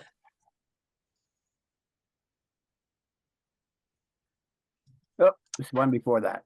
This one. Yeah, right there. So I talked a little bit about the key concepts. You can go to the next slide. This is where I covered Wouters' 7 balances. And then if we go to the next slide. So Wouters, basically he develops the systematic answers that relate to social change in the scope of social controls, basically what it is. And we'll look at what these are and how they make sense in the scheme of what we're talking about. So we can go to the next slide. And one more. So those are the 2 theorists that set the foundation for the study. And how we looked at, there's 2 pieces to it, as I mentioned. So we have the ideologically themed violence data model. So how we look at generating that information, and it was done in 2 parts. So there's the qualitative and quantitative data on ideologically themed violence. So this was the front end, looking at history, the social history of the US and Canada from the 1800s to present, and what ideological violence looked like qualitatively, because we don't have any data on it until the 1960s, late 60s, early 70s. We started gathering data on it, and now to date we have a good 50 years of data. So the first thing that I did was go through those time periods and establish this qualitative argument of what ideological violence looked like throughout those periods. We can go to the next slide.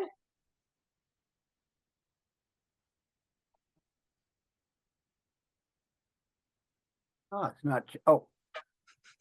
Not changing on me. It's okay. There we are. So really quick, the quantitative data was gathered from University of Maryland Global Terrorism Database. I'd set the criteria out, so how I was going to gather this. This was from the 1960s to 2020. And we go to the next slide. This just sort of set the foundation of, this is the data I'm going to use. The previous data, the qualitative data, is that socio-historic piece. So we've got the complete set of data, just the front end is qualitative, the back end, the later part is quantitative. So that second phase. So when we look at Elias and Wouters' contribution to this, we're looking at the civilizing and decivalizing process, and we're also looking at the social balances and how to measure those. So we can go to the next slide. This is what, so Manel had devised this list of how to really absorb intellectually these processes and how to understand what's going on in civilizing and decivilizing. So I'm going to just break it down very quickly. So it looks at the structural processes in society, the changes in manners and culture, the changes in social habitus, and the changes in modes of knowledge. So when we look at structural processes, we look at state formation, monopolization of violence and taxation, labor and social. So where in the schema of these ideas around social structural processes is that nation? And the same for the other two categories. And by establishing this qualitative opinion of where the nation is in that time period with respect to these four processes, main processes, is how we get to where we are in civilizing and decivilizing. So in the interest of time, I'm going to tell you that we have been in a fairly steady state of civilizing, just based on the maturity, which is really all this is, establishing the maturity of these four main processes. And the US is the same. So Canada and the US are pretty much in tandem. Most Western nations, more or less, are on that same tangent. There have been decivilizing spurts that we've seen that relate to changes in modes of knowledge. So we saw that with technology, the advent of the internet, changes in manners and culture to some extent. There was a massive change in the 1950s. Things became very informal, and we were talking openly about sex, about bodily functions. That was never done before. So as we go through that progression, we start to see the decivilizing, civilizing continuum kind of come together. So you can flip to the next Oh, next what slide. happened there? Can you get it? I don't know what happened. We still see the slide.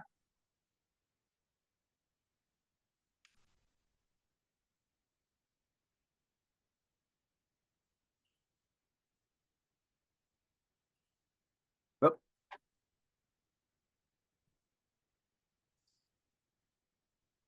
Does it go backwards or forwards?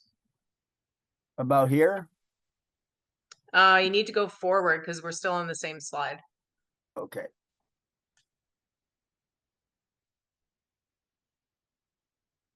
Is it one of these? It's one of these, was it not? Hasn't changed.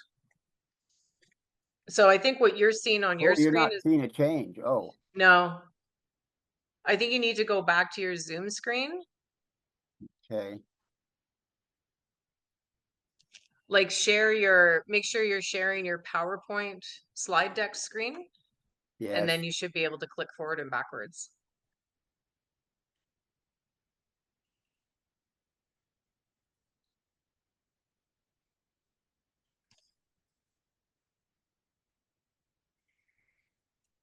That it? Yeah. Can you advance it one? Yeah. With the arrow buttons or the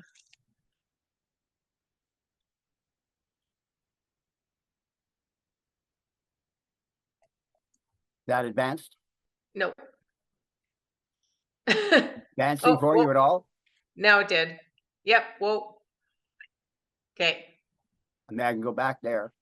No, go back the other way. This way? The other way. Okay, well, where are you going? Go in the wrong direction. Go forward one? No, the other way. No, it's still going back. You need to be on the key findings screen. It's a What big should I be the looking for? key findings, the white screen with just yeah, there. Oh, key Perfect. findings. Okay. Yeah. Okay. Can you go forward off of that one? There, perfect. Okay, I think we're in the right direction. So the key findings for the insights around ideological violence. I'm just going to summarize it really quickly. And in the thesis, it's exhaustively described. So in the US, 19th century opened with intense political violence, stretching into the 1830s, with openly violent expression, a lot of social clashes stemming from immigrant conflicts and ethnic and religious conflicts.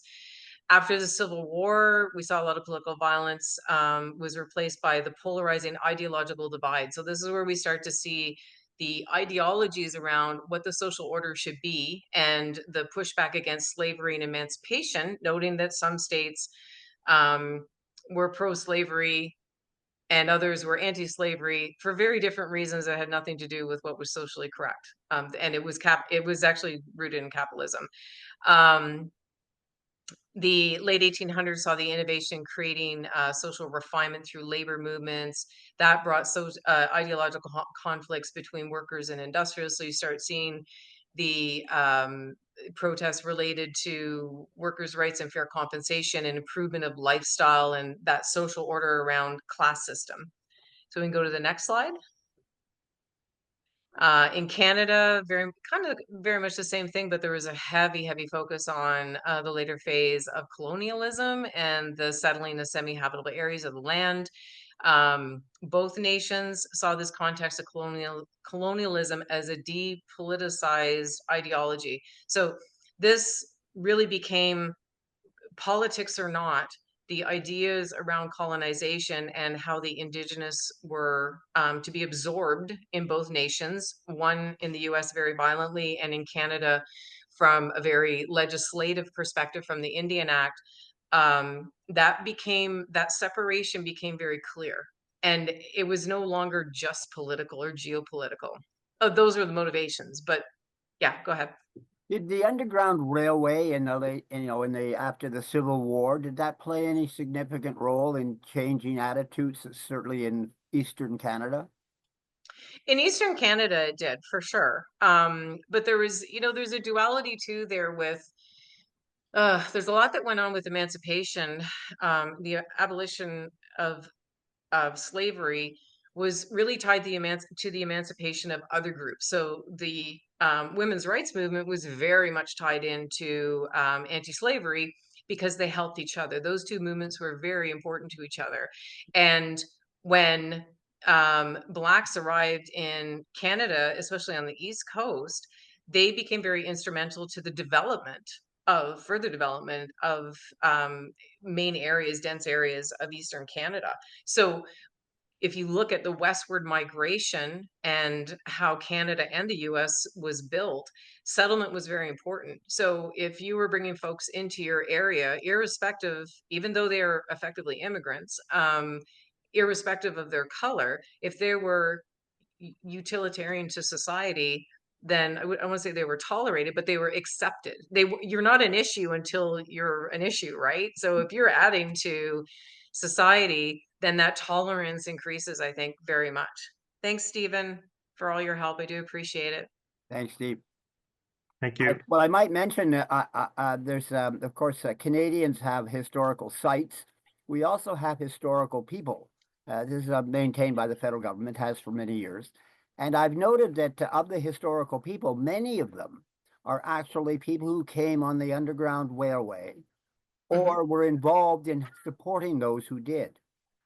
And like disproportionately, there are more of those kinds of people than there are, say, in my view, when I scanned all of them, 12 pages of names, that there were fewer Native people. Yeah. Than Aboriginals or Inuit people, or Métis even. There was only a few compared to the number related to the Underground Railway, both coming and, as I say, helping. Or economic impact, Peter, generally economic impact, economic improvement, industrial development. Did that have any kind of impact into this picture? Rail being one element of it, right? Sorry, Martez, I lost part of what was the question again? Sorry, I missed part of it. The development of transportation like train or others is one element of general economic development. If economic and industrial development, the question is, did this have any impact on the progressive kind of ideological kind of situation? I think it does, and it did, and I know that that's something in the civilizing and decivalizing models that we measure and address, is that transportation, I mean, just the flow of goods. So being able to introduce goods into other communities and to create that diversification that created other markets and um, other areas. Like nobody need to do any advertising until you had local competition. Well, local competition happened because you had more goods coming in from far afield because you had now transportation, you had rail, you had the automobile. So all of these things added, certainly on that side of things, in terms of the sophistication of ideologies and how people saw things. I think that's, I don't know, I feel like that's more complex because I think a lot of it has to do with generational memory. And if you know, I was born in 69, so I grew up in the 70s, and I went to school with kids who were boat people, right, from Vietnam, which, you know, hugely disparaging term, but I grew up with those kids, and I have a very different experience of refugees and immigrants than maybe someone who grew up in the 80s, 90s, or even during this decade, right? Because this decade they've experienced Syrian refugees and a number of other different refugees into other countries. So, but I think it's limited to generational memory and to personal experience to some extent. But I think it does add to the fabric of why certain ideologies become dominant. If you look at the increases in um, anti-Semitism and white supremacy in recent years, off the charts. Well, nothing much was going on before that, but there was also, if you think of white supremacy in terms of the Ku Klux Klan, they have been around for decades upon decades upon decades. They never go away. And how they embedded, again, just like the IRA, how they embedded in society was very important to note, right? So they very quickly became politicized. That was the first thing that made them an enduring narrative in the political platforms. And a lot of people don't know this, but I'm not sure why, but the Democrats, the Democratic Party, the original Democratic Party was very much pro-slavery, and the Republicans were very much anti-slavery. But the introduction of that idea, that social order idea into politics became very important for how the Ku Klux Klan was able to persist for decades upon decades. And it's that this is what I always tell people, that it's a chicken or, you know, what came first, the chicken or the egg, right? So what came first, the ideology or the politicization of the ideology, right? So if you look at white supremacy in the Republican Party or its affiliation to the Republican Party, well, the ideology was around a lot longer than the politics of it. Politics got a hold of it because they were able to capitalize on that sentiment and garner votes, and they created a social utopia of how that social order would look like. So that again goes back to my argument that you can have ideology without it being wholly based in religious, political, or national identity aims, right? So if you can pull it apart and it's still standing, it's still there. We know from history that the feelings around anti-slavery and slavery were very much rooted in the social order, and only later did politics grab hold of it. So I'm going to stop there because I'm going to get into a tirade about white supremacy, which is my favorite topic these days. But just saying that we've seen ebbs and flows, right? So we've seen where white supremacy is like, it's rolling, and it's got churn, and and then there's, you know, the 70s, the 80s, things got pretty quiet, but it was still there, right? And then they changed leaders, and one leader was very power oriented, very socially oriented, very aligned to politics and politicians, and he breathed new life into the Ku Klux Klan. So so to answer the question, I guess I can't answer the question. I can only say that, you know, how a society progresses and how sophisticated its infrastructure and supply chain and all that kind of stuff becomes, I think that adds to maybe the complexity of ideologies. I don't know that it actually increases the risk of ideological violence. I'm not sure, is what I'm saying. Okay, maybe flip a slide.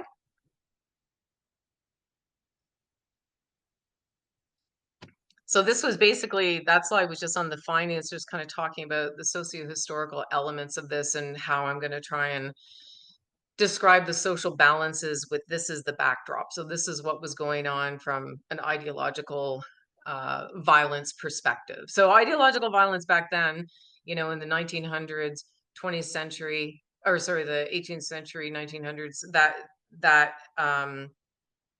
it was relatively immature. And I think that's what Morteza was getting at, is that only until now do we see things in a much more complex nature. So yeah, so we could probably go to the next slide, because this just really talks about what we talked about, the increase of ideological violence since about the 70s.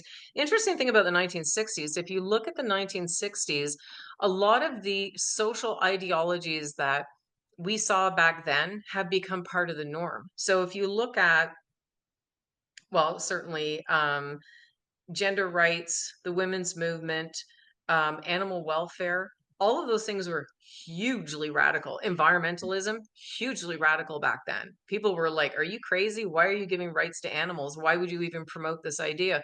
Well, today, if you don't agree that animals have rights, you're the social outcast now. So we've taken those ideas, which is interesting because the 60s became a powerful time to create long-term enduring social change that did change the social habitus. So we've proven that part. We know that social habitus can be changed over the longer period. And it, again, it really does play on that social balance of involvement and detachment. So we are less detached from animals and children and the elderly. We've given rights to them. We've emancipated them. All good things, right? But we are more involved with them. They're more part of our lives. We don't see them as something separate anymore. And then we saw, of course, the civil unrest and riots and international conflicts and wars that marked the 1960s, and that was televised. So people began to visualize violence and have an understanding of war in a very different way, because prior to that, war was very romantic. It was very passionate. It was the basis of art. It was the basis of music. It's what differentiated a nation, and it was honorable.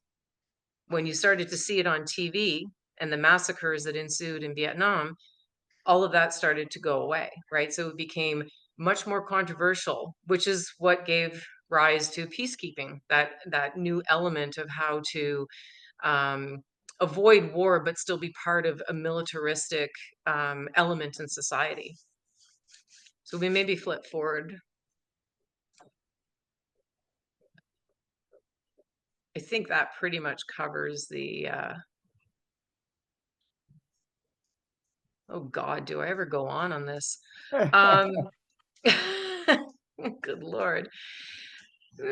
Yeah, we can flip forward, because again, this is just sort of encapsulating, and this one as well, where we get with insulism, where this complexity comes with mixed ideologies, where COVID restrictions are adopted into other ideological movements, right? So we saw with Freedom Convoy, right or wrong, I'm not going to get in. I don't want to like say whether it was a good idea or a bad idea, but certainly the adoption of that became anti-government, became anti-authoritarian, right? So COVID restrictions translated to the government's exercising too much power, right? And it was fostering and I still say avoidable if the government had taken a different approach, but that becomes more of a psyops on society to make that work.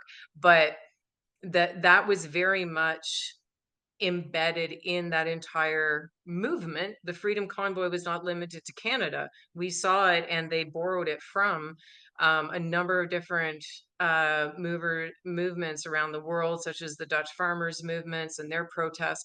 There was a lot of elements of white supremacy, environmentalism, and a lot of it had to do with the government just imposing sanctions that a bunch of people didn't agree with, but they all came together for a common reason. They all had different single issue ideas, and they all came together, and that's where you get into problems, when you get all these people getting together in one big group, right? So the use of technology, first time ever that we've seen a global the global impact of technology from the perspective of COVID and what it encouraged people to do, and also how it mobilized those who were against COVID restrictions in particular. And some of this did, you know, it did overflow into social violence as well. So we had that ideological violence element to it, that it was very thematic, only thematic because there was just so many ideologies involved. Like I said, you know, white supremacy and environmentalism and all that kind of stuff. So we flip to the next one. And yeah, so basically in summary with the social balances, and we'll get into that a little deeper, and the civilizing, decivilizing, directional data. So basically, end of the day, the relationship between the rates of ideological violence and the predominance of certain social balances is there. There's no real relationship between the civilizing and decivilizing and ideological violence on its own. So we kind of put that aside. It was a good exercise to see how that data formulates. And it's very specific to ideological violence. But what we do know is that the civilizing and decivilizing data does have a correspondence with the social balances. The social balances are very heavily aligned to the rates of ideological violence for this time period. So we're going to dig into that really quickly if you want to go forward.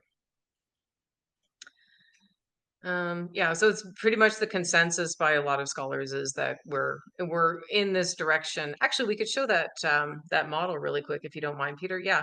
So this is over the time period. So it's about 250 years. So it shows how we can civilize and decivilize the same processes at the same time, but we can still maintain a steady tangent towards civilizing. And in specific cases, we have these processes ascending to a more civilizing state.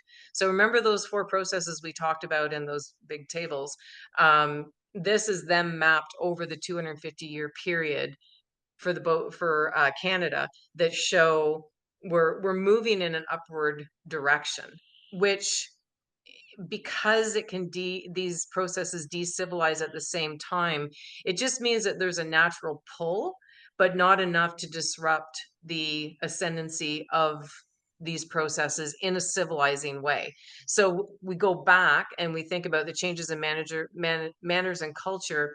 We're actually making improvements in our manners and culture going forward in our interactions with each other. Same with social habitus. So our social habitus, like I had mentioned with animal welfare and environmentalism, these things have now become natural parts of our conversation and part of who we are, how we identify as a nation. We're humane to animals. We care about the environment. So all of these things are moving in the right direction, despite we've had spurts that have pulled us backwards a little bit, but we've always recovered, if that makes Well, sense. what is the vertical axis? And is That it just different separates for us. all of these different these different trends? So the vertical is a separation between the 2 centuries and then into the 21st century, if that's what you're asking. Well, that's the timeline. I get that, but what are you measuring on the vertical axis? So the 2 vertical axes in the middle of the model, is that you're asking? Well, you've got an arrow on the right, on the very far left of the diagram, with an arrow up and an arrow down. So there's some continuum there. I'm just wondering, what is that measuring? Oh, that one. So that's exactly it. That's the continuum of the civilizing and decivilizing of those 4 processes. So the idea is that it's not really a straight line as much as it is a 3-dimensional continuum of, you have 4 processes on one end that wane to some extent on the other end. So when you have the waning effect, then you're decivilizing, or you're moving in the direction, it's really the direction of decivilizing. So when you look at I basically just put one on top of the other, like civilizing on top, decivilizing on the bottom. Yeah, you've So that, stacked them. I see that. Yeah. yeah. So if you superimpose them, what it would show is, and this, you would have to get into like the specific decade by decade data to show these spurts, but there's spurts of decivilization that occur that are worth noting and illustrating, but they're not strong enough to actually pull down the actually the civilizing trend that we're seeing. So if you think back to that table, each of those four processes had a set of criteria. So we're able to say, for say the criteria, the first list of criteria, that there's been an increase or a decrease. If there's been an increase, then we note it as it's moving in the direction of civilizing. If there Yeah. was a decrease, then we just noted in the direction of decivilizing, noting that more often than not, just because of how we collectively, how we are as individuals, as human beings, how we deal with each other in groups, how we, tend to want to keep the peace and help other people, decivilizing doesn't last for very long. It's naturally an anomaly. But if you get enough instances of decivilizing, like major outbursts of war that last many years, or you have two instances of major wars that are back to back, you're going to have a much longer pull of decivilizing, typically in the structural processes only. Just If that one makes sense. question. Yeah, one question here is the ideological violence. I would call it soft ideological violence rather than hard one that is war and all, is economic sanctions. And that can seriously disrupt economic and social balance in a country. And it's something that has come up, probably we've come up with that within recent, right? We have advanced per se. And it is we can say that it's a kind of a war, soft war, that one can kind of on paper, in reality, initiate against a country or against a group of people and create that kind of a damage, which, by the way, the damage could be far more than a war, because a war usually lasts, as you just pointed out, 4 years, 5 years, 6 years. But in some cases, economic sanctions, they have caused changes all the way to the root of the society in terms of relying on violence to deal with those sanctions in terms of. Well, and you're right. And we're kind of in that space right now with what's going on between the US and Canada, but the JCPOA that Iran had experienced, the sanctions that were imposed upon them via the waivers, same thing, right? And that can have a devastating effect on the economies of a nation.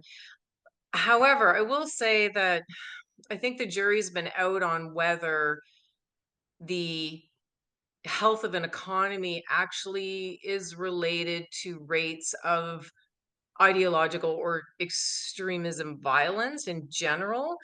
It's a tricky area, and the research has been kind of, I don't know, I'd say all over the map initially. Martha Crenshaw did a lot of work in that space, looking at single issue causality, whether poverty and education and access to social services and access to opportunities and prosperity, if these things actually made a difference. I think overall it was determined that they didn't, but they still have a the economy, the health of an economy and prosperity still has a direct impact on the structural processes, the decivilizing processes of a nation, 100%. And it prevents that civilizing structural process upswing that you want to see, because that really relates to like the maturity. And if we think about capability maturity models, it's when a nation gets so good at certain things and they're very agile, they know their markets, that if excuse my language, shit hits the fan, they can switch, right? They can pivot to another market and capitalize on it and restore that economic health. When you can't do that, it's a problem, right? At the social level, it's definitely a problem. I'm not sure that it I'm certainly not an authority that I could comment on whether it's connected, but it's a really good point, and it just goes to show. So I love having Marteza here. It goes to show you can't think of these things in isolation. There's so many things in the Yeah. constellation of effect that you have to Sure. think about, and that becomes the hard part with research because you're forced to adopt a hypothesis, You and have when to you're scope also. You have to yeah, scope and get the job done. But also, exactly. terrorism is another nice word recently I heard, which is against another destructive kind of things that is being used against different countries' economic situation. Terrorism. That's Yeah, interesting. I'm gonna get it. Tariffs, right? Introducing tariffs. I'm gonna get a T-shirt that says Yeah, that. we better move on. Yeah. Yeah, we better move on. Yes, to the next slide. Yeah. Okay. So these are the models, and you're going to get a copy of these at some point. So when we went through the social balances, you can't see this, but these are the 7 social balances for essentially the 3 centuries, 1.5 century that we took a look at. And again, these are contrapositions, so it's not meant to show a balance. But if you look at any of these really, so Canada or the US, and you look at formalization versus informalization, you're going to see the gray parts the gray parts, or the grayscale parts, represent the intensification toward that particular contraposition, and then you might have spurts in between, um, but the white area is essentially where there was more of quote unquote a balance. There wasn't a concentration of one or the other. So I'm going to leave that with you because this actually takes a lot of time to go through. But I will say that the 3 that were most interest were informalization, formalization, the we-I balance, and involvement and attachment. So when we looked at this, we knew that, so we had this other information that says, here's where the rates of ideological violence occurred in the time period. So here's our ebbs and flows. Here's the social balances, and for lack of a better term, their ebbs and flows. And then we just compare the 2 and say, okay, where's the outliers? So we saw the biggest, I'd say, differentiation with social balances when ideological violence was high, when we had extreme contrapositions or contrary positions of the we-I balance, informalization, and the detachment and involvement balance. So what that basically said to us was we wanted to focus on social policy that would foster, as we understand these balances, the we-I balance. So what in social policy can we develop at the institutional level that's going to create a more fluid we-I balance for society?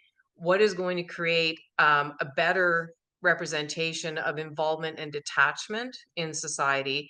And what is also going to do the same for informalization and formalization as well?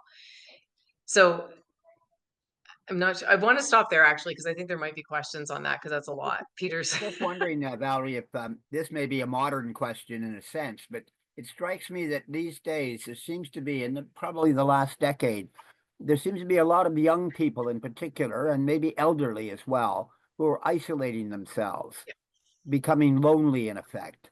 And I'm just wondering, is this a new phenomenon in any of the sort of periods you've looked at over the last 2.5 centuries, or is this, or 2.25 centuries, or is this something relatively new?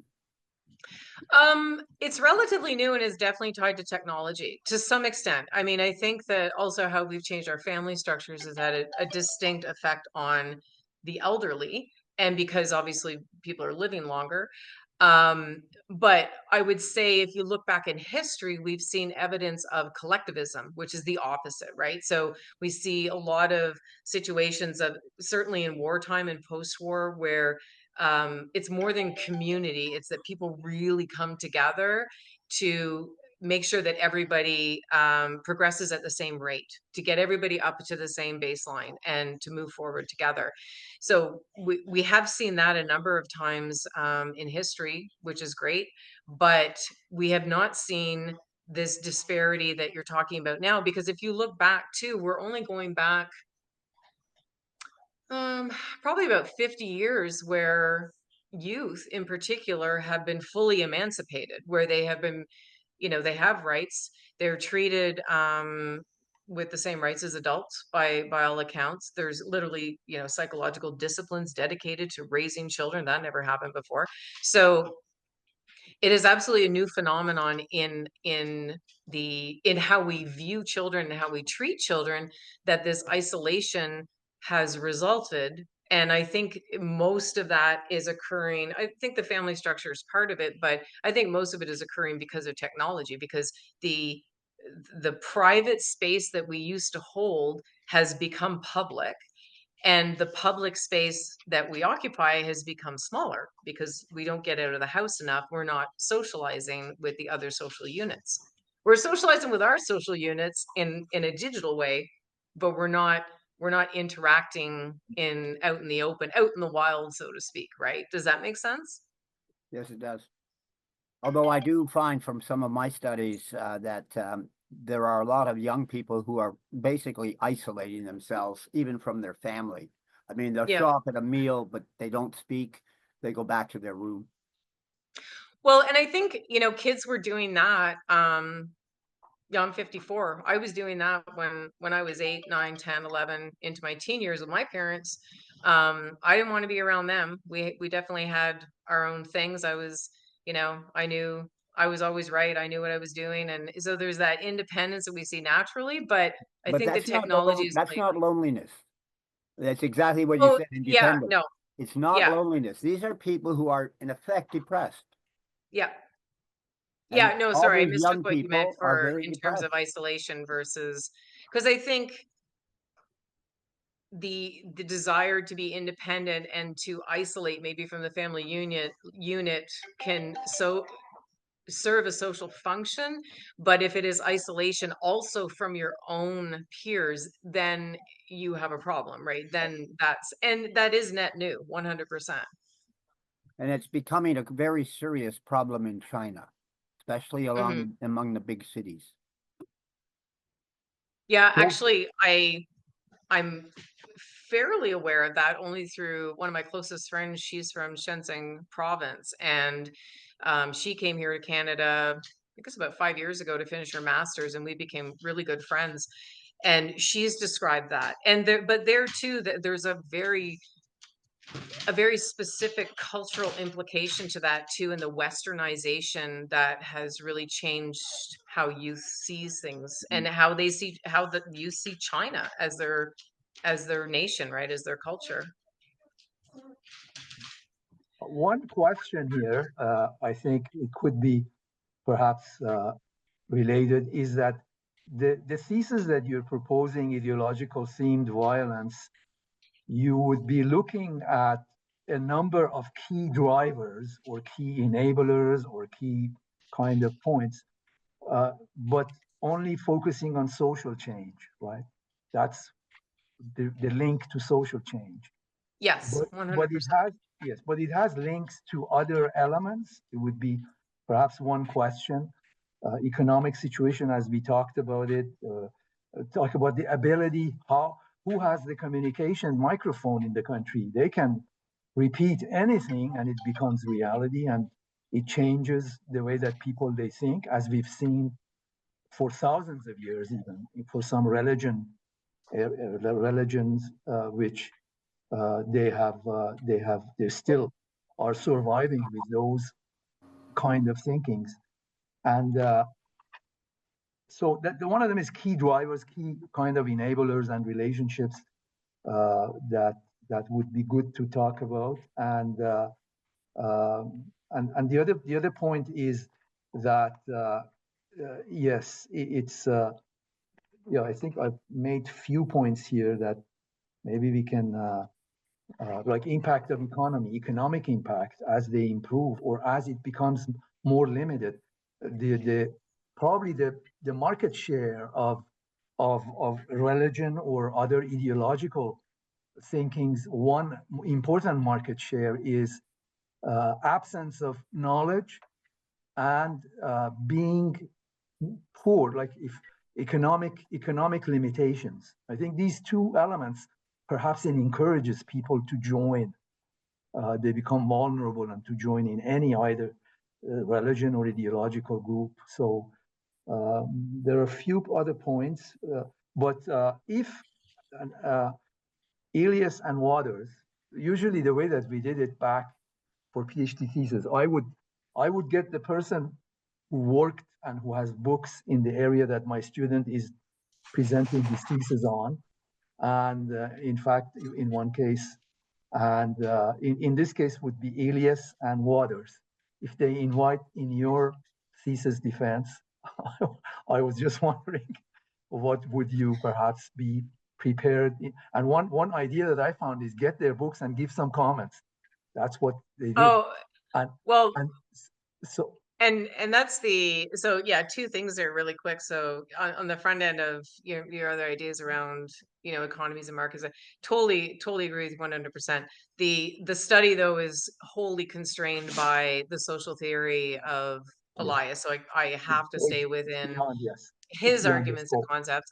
And all of his texts, if you look at the study, when it's published, you'll see I examine a lot of his key writings and key writings by Wouters on these specific areas, but there is a distinct gap, and that is one of the things that the literature did not support. So there's a huge gap in understanding social change and social balances, even from outside of Elias and Wouters, and ideological violence. There's almost no literature on it. So this was sort of an introduction to how to approach operational and policy areas so that future research could be done on that. So essentially, if you want to jump forward a slide or two, Peter, Forward.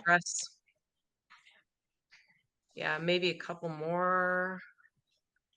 I just want to get to, yeah, so we go into the contributions and applied purpose. So yes.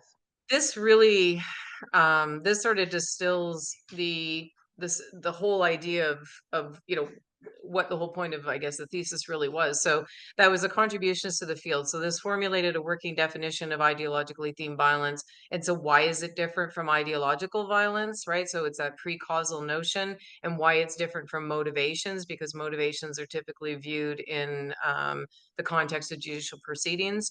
And that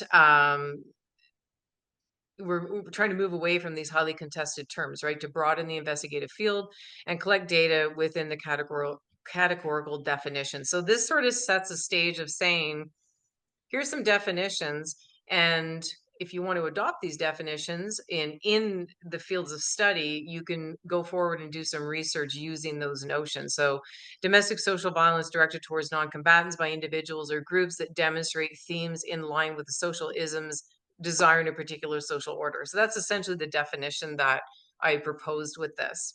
The key characteristics of that include, to help people along, the substance on discriminatory sentiments, the denial of human rights, justification through social stereotypes.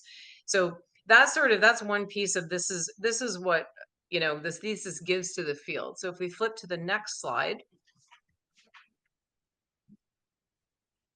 I might have to mute here for a second because I think my snowplow is coming through. So we defined ideology.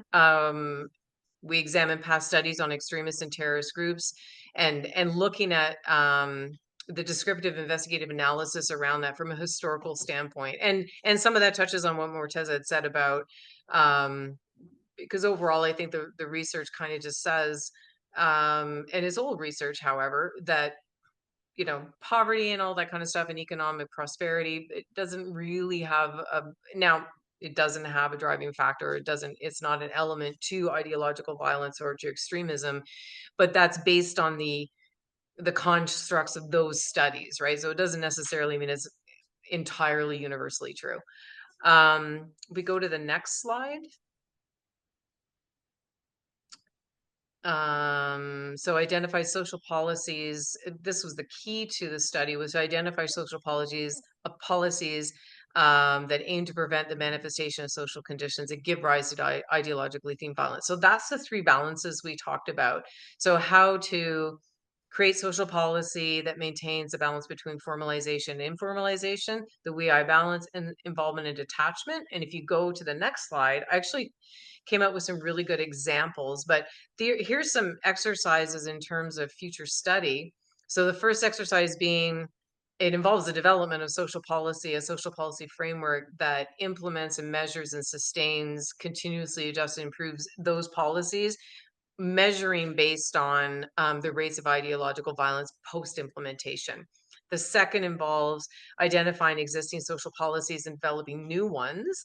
That through a third exercise is the programmatic efforts. And this is where evidence-based approaches come in. So we're looking at how do you develop that framework to explore the issue, acquire the best measurable, quantifiable, or qualifiable evidence, provide the metrics to appraise the evidence, apply the findings, evaluate the outcomes. So that encapsulation of taking what we've learned so far with the framework and the models, the methodology and the models, and how we can move this into an area of testing this with certain social policies that are developed by institutions and government.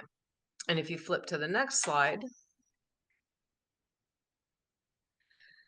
So I used a couple of examples of how we've seen social policy make very specific changes to essentially what we're arguing is the social habitus. So it's improving that social health, social climate in the social, through the social habitus, where we're moving or we're, averting the destructive aspects of ideological violence. So in the US, oh yeah, so that was actually pretty interesting. I forgot about that. So United States post-industrial economy that allowed for construction of livelihoods, Morteza, entrepreneurial agency, technological and scientific innovations. So these informal economies are not necessarily the domain of economically marginal individual or households. It becomes a programmatic way to embolden societies in a different way. So it's creating or allowing for these informal economies to develop without them being a threat to the traditional economies, which is typically how government views that, right? Because they look at everything in terms of taxation. So free market was a nightmare for them because they were losing money. But what it gave people was a really deep sense of entrepreneurship and agency, where they were much more financially mobilized at the individual level. So it creates an improvement in that element. It's not to say that this is an answer to it. This is just sort of a demonstration of how social policy developed around these informal economies, because they had to harness them and control them, but they also saw the benefits. So they allowed certain things to incorporate and to develop so that individuals were benefiting from it. Another was, I think it might be on the next slide, another was smoking cessation programs, and how they had a very distinct impact to society and what was socially correct or socially tolerated with respect to smoking, but that those policies made a huge difference. And they were enacted at, in the US, they were enacted at the state level. Canada did have a federal program that addressed cessation as well. Canadian government also adopted participation in the 1970s, which was a huge motivator for just individual health and well-being through exercise. And that, although they didn't have really good metrics to measure its impact, it became part of the cultural fabric. But it also created a sense of national unity, because this was something that was promoted across the country and became uniform to everybody. So you didn't have to be a certain kind of person to participate in it. It was, all religions, all races, all genders. And on top of that, it didn't even suggest that you were unhealthy. It just suggested a healthier way of of living and engaging with other individuals. So this added to the social fabric as well. Sorry, Peter, did you? Yeah. I was just going to say at that time as well, Canada introduced the first Department of Environment of any government in the world. And also we introduced, if you may remember, something called, it wasn't participation, it was about recycling. We introduced recycling as a national program. And that began with Environment Canada as one of its first programs. Yeah. I don't remember that because I'm too young, but yes. But that had an And impact on society across the country. And it certainly And- has to this day, because you go to an American city and their public garbage bins are gigantic compared to Canadian garbage bins in public spaces. They have a lot more litter than we do. And that's interesting too, because at the same time back then, I remember there was an interesting phenomenon that happened in retail grocers with bulk stores. So up until then, bulk was unheard of, and only until it became adopted, really just hippies and health freaks were showing up at these stores with their containers to fill it full of peanut butter, and then it was adopted in the mainstream. And now today, it's not unusual. We see bulk in every major grocery store. It's not socially a weird thing. It's something that we've come to accept, right? So I think, those examples show how if you develop really good social policy at the legislative level and it's rolled out in a uniform, universal way regionally, you can make some very distinct effects, and how it may allow you to close that gap with things like the we-I balance. So me being able to develop myself as a person and separate from my groups is very important. So I want to have group identity. I need to belong, but I need to know who I am as a person without that group. And when you separate me from that group, I shouldn't care. I'm not embedding that into myself. I'm not self-actualizing through that group anymore. So that's a healthy balance that you'd want to see. The formalization, informalization, that's a tension that has to be fostered and accepted in society, so that there are formal elements to how we deal with each other and how we distinguish our classes from each other, because we are a class system, but also how we allow for informalization, which is the freedom for other people to express themselves, to talk about what's important to them. And free speech is part of that, right? But the boundaries of that also. So you look for the constructs that keep everybody safe, but allow for the freedoms of a number of different individuals within that. And then the detachment and involvement. Sorry, go ahead, Peter. Well, you talked about this grouping. I'm just wondering. No, I'll ask the question later. I've got a. Well, Peter, I think driving seatbelt also it was introduced. Yep. At the same time. Yep. Yeah. And remember, back then, you didn't have to put a belt on your kid, and your kid could be in the front seat. Now, you see someone drive past you with a kid in the front seat, you were on the phone 911 calling them in, because it's become, or you see someone sitting in the front seat, smoking with their kid in the back. It's abhorrent. We don't tolerate that anymore. And that is a distinct change in society from 30, 40 years ago, right? Yeah. In the grand scheme of things, that's a very short period of time for such a massive social change. Yes. You mentioned that we're a class society, and I'm just wondering, within that context, do you see that there's mobility in that class society? People can move to different levels of the class society in a integrated or in a, an accepting way, as opposed to barging in. I think it's different now than it was, because in prior century, well, we go to the 1800s, let's go to the 1700s, 1800s. The thing that kept you out of the upper classes was the fact that you didn't dress like them, you didn't have the right mannerisms, you didn't understand the etiquette. Those formalities around in the elite structures around the elite kept the unwashed masses out, right? So you didn't have a chance.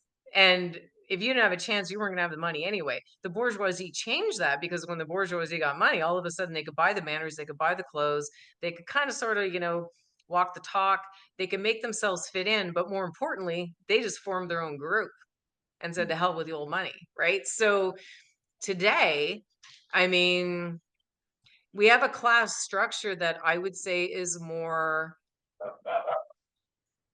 census related and salary related than particularly embedded in social demographics. But that's just my feeling. I'm not sure. I know Yeah, we still have a class society, but it's not a class society that is divisive or as distinct maybe as it used to be, because before it was all based on social mannerisms.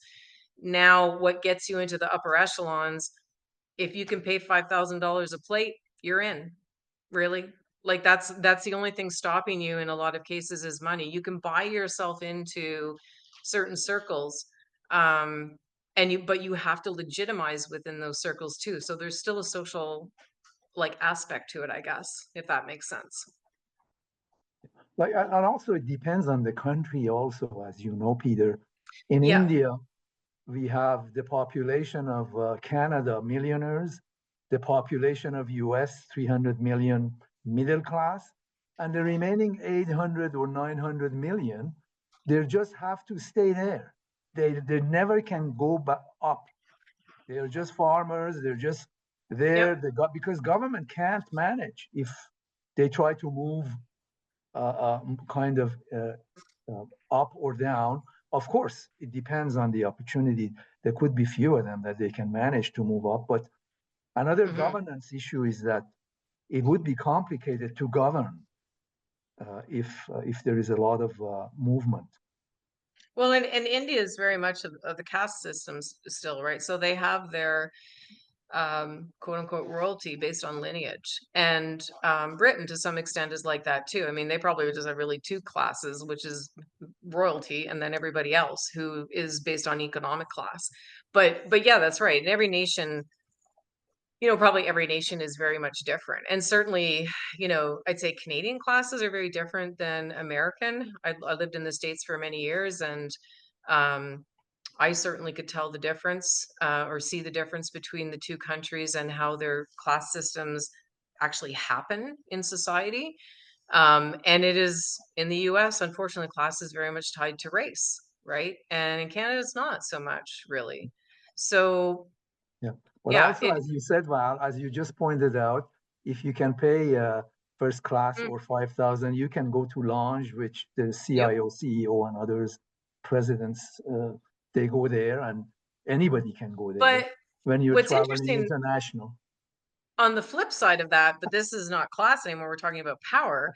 If you want to go into politics, and let's say you can raise your, I forget what the nomination fee is now for a party leader, but whatever, 450,000, I think $350,000, I it's think three $350,000. tranches of 150,000 or something. Well, if you have the money to do that, if you don't have the connections, if you don't have the support of key leaders in very specific sectors, you can have all the money you want, and you will not your campaign will go nowhere. So the power differential with politics is very different than the differential with class too, right? It's a club, So isn't it? It's a club. You have to be in the club, right? you got to be in the club. Yeah. You can have all the money you want. Well, they'll take your money if you want to go pay for the 5,000 a plate dinner. But if you try and run for the party, you better have a whole bunch of people on side with you, and that money, and the 450K. So, Peter, can you just flip to the next slide? Because I have a hard stop here in a few minutes. Yeah. The social milieu. Yeah, so this one I talked about. So this was certainly around the cessation program. Sorry, I'm being harassed here by one of my dogs. Smoking. So maybe just flip to the next station. Oh my God, sorry. Virgil, off. That's my humongous dog. They want Virgil. attention. They're the most important family member. Yes, he's reminding me. I keep telling him I work so that I can pay for his dog food, but he didn't listen. Yeah, so basically those examples are vastly different from the study's subject, but they're a really good demonstration of how, and you guys have brought up some really good examples too, where you can make enduring social change that changes the social habitus over an extremely long period of time, and it makes us do different things. So how things become socially acceptable and socially unacceptable become really important, I still think, in the context of understanding ideological violence and how individuals and groups become further detached from the societal norm. So how do we stop that detachment from the societal norm from happening? And I think that's where the benefit of this research is, in how it can be used to inform social policy around that, so that we're fostering and encouraging societies and groups of people that really just reject the notion of a social order that is other than what we're motivated to within our social identity. So you might want to switch to the next slide. I'm not sure. Kind of went through all of that. A little further past this one. This was the next one, future areas of research. Yeah. So, okay, yeah. So basically, the future areas of research, we kind of covered some of that. So it's really looking at, what did I see at the end of this that could be addressed? Morteza brought up some really good suggestions in that, and looking at the core elements of this in terms of implementing findings. So testing this out and seeing how it works. Performing other concentrated studies that use those three social balances and the same methodology on maybe a different nation, different time period, and looking at cultural differences. Deep dives into, I think, the counterculture of the 1960s is really important. I think there's a lot there that we have not studied and capitalized on in terms of how certain movements can result in long-term social change that it literally has been irreversible. I think there's a lot in that, and also developing an understanding of terms that we use, like persistent grievances is one that drives me crazy, and whether they have a legitimate role in ideological violence. I think we shifted to this notion of persistent grievances with mixed ideologies because we don't really know what the heck these people are doing and why they are all over the map. So we kind of just said, well, they have a grievance. And it's like a persistent or a personal grievance, in my opinion. It's not enough to to to found abject violence towards groups. There's something more going on, and I think that's an overly simplistic term. So in the next slide. Well, the rock and roll movement of 60s, that's what I like. That's a nice. It was all the drugs. It was all the drugs, Morteza. Let's be frank. Yeah. Well, there was also the experimenting with LSD in those days as Yep. well. That may have led to the legalization of marijuana in Canada in the early the next century. Interesting. And I actually mentioned Timothy Leary in that, and that was an important part of the counterculture as well, is that exploration of you opening your mind through the use of LSD. And right or wrong, it was there and it happened. I like that future study. Well, I like that future study. I'm a non-drug user. Like, I can't even take Tylenol without passing out, so I'm out. You don't have to use it, yeah. But it's nice. It was a very interesting era. I mean, there's so many nice songs and nice people. I mean, it's just great. It was so transformative,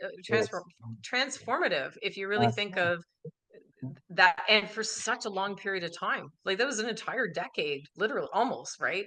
Like, that's and really what drove a lot of that was the Vietnam War and that anti-authoritarian, anti-government sentiment that kind of came out of that eventually moved into that extreme notion that we saw in the 70s and 80s.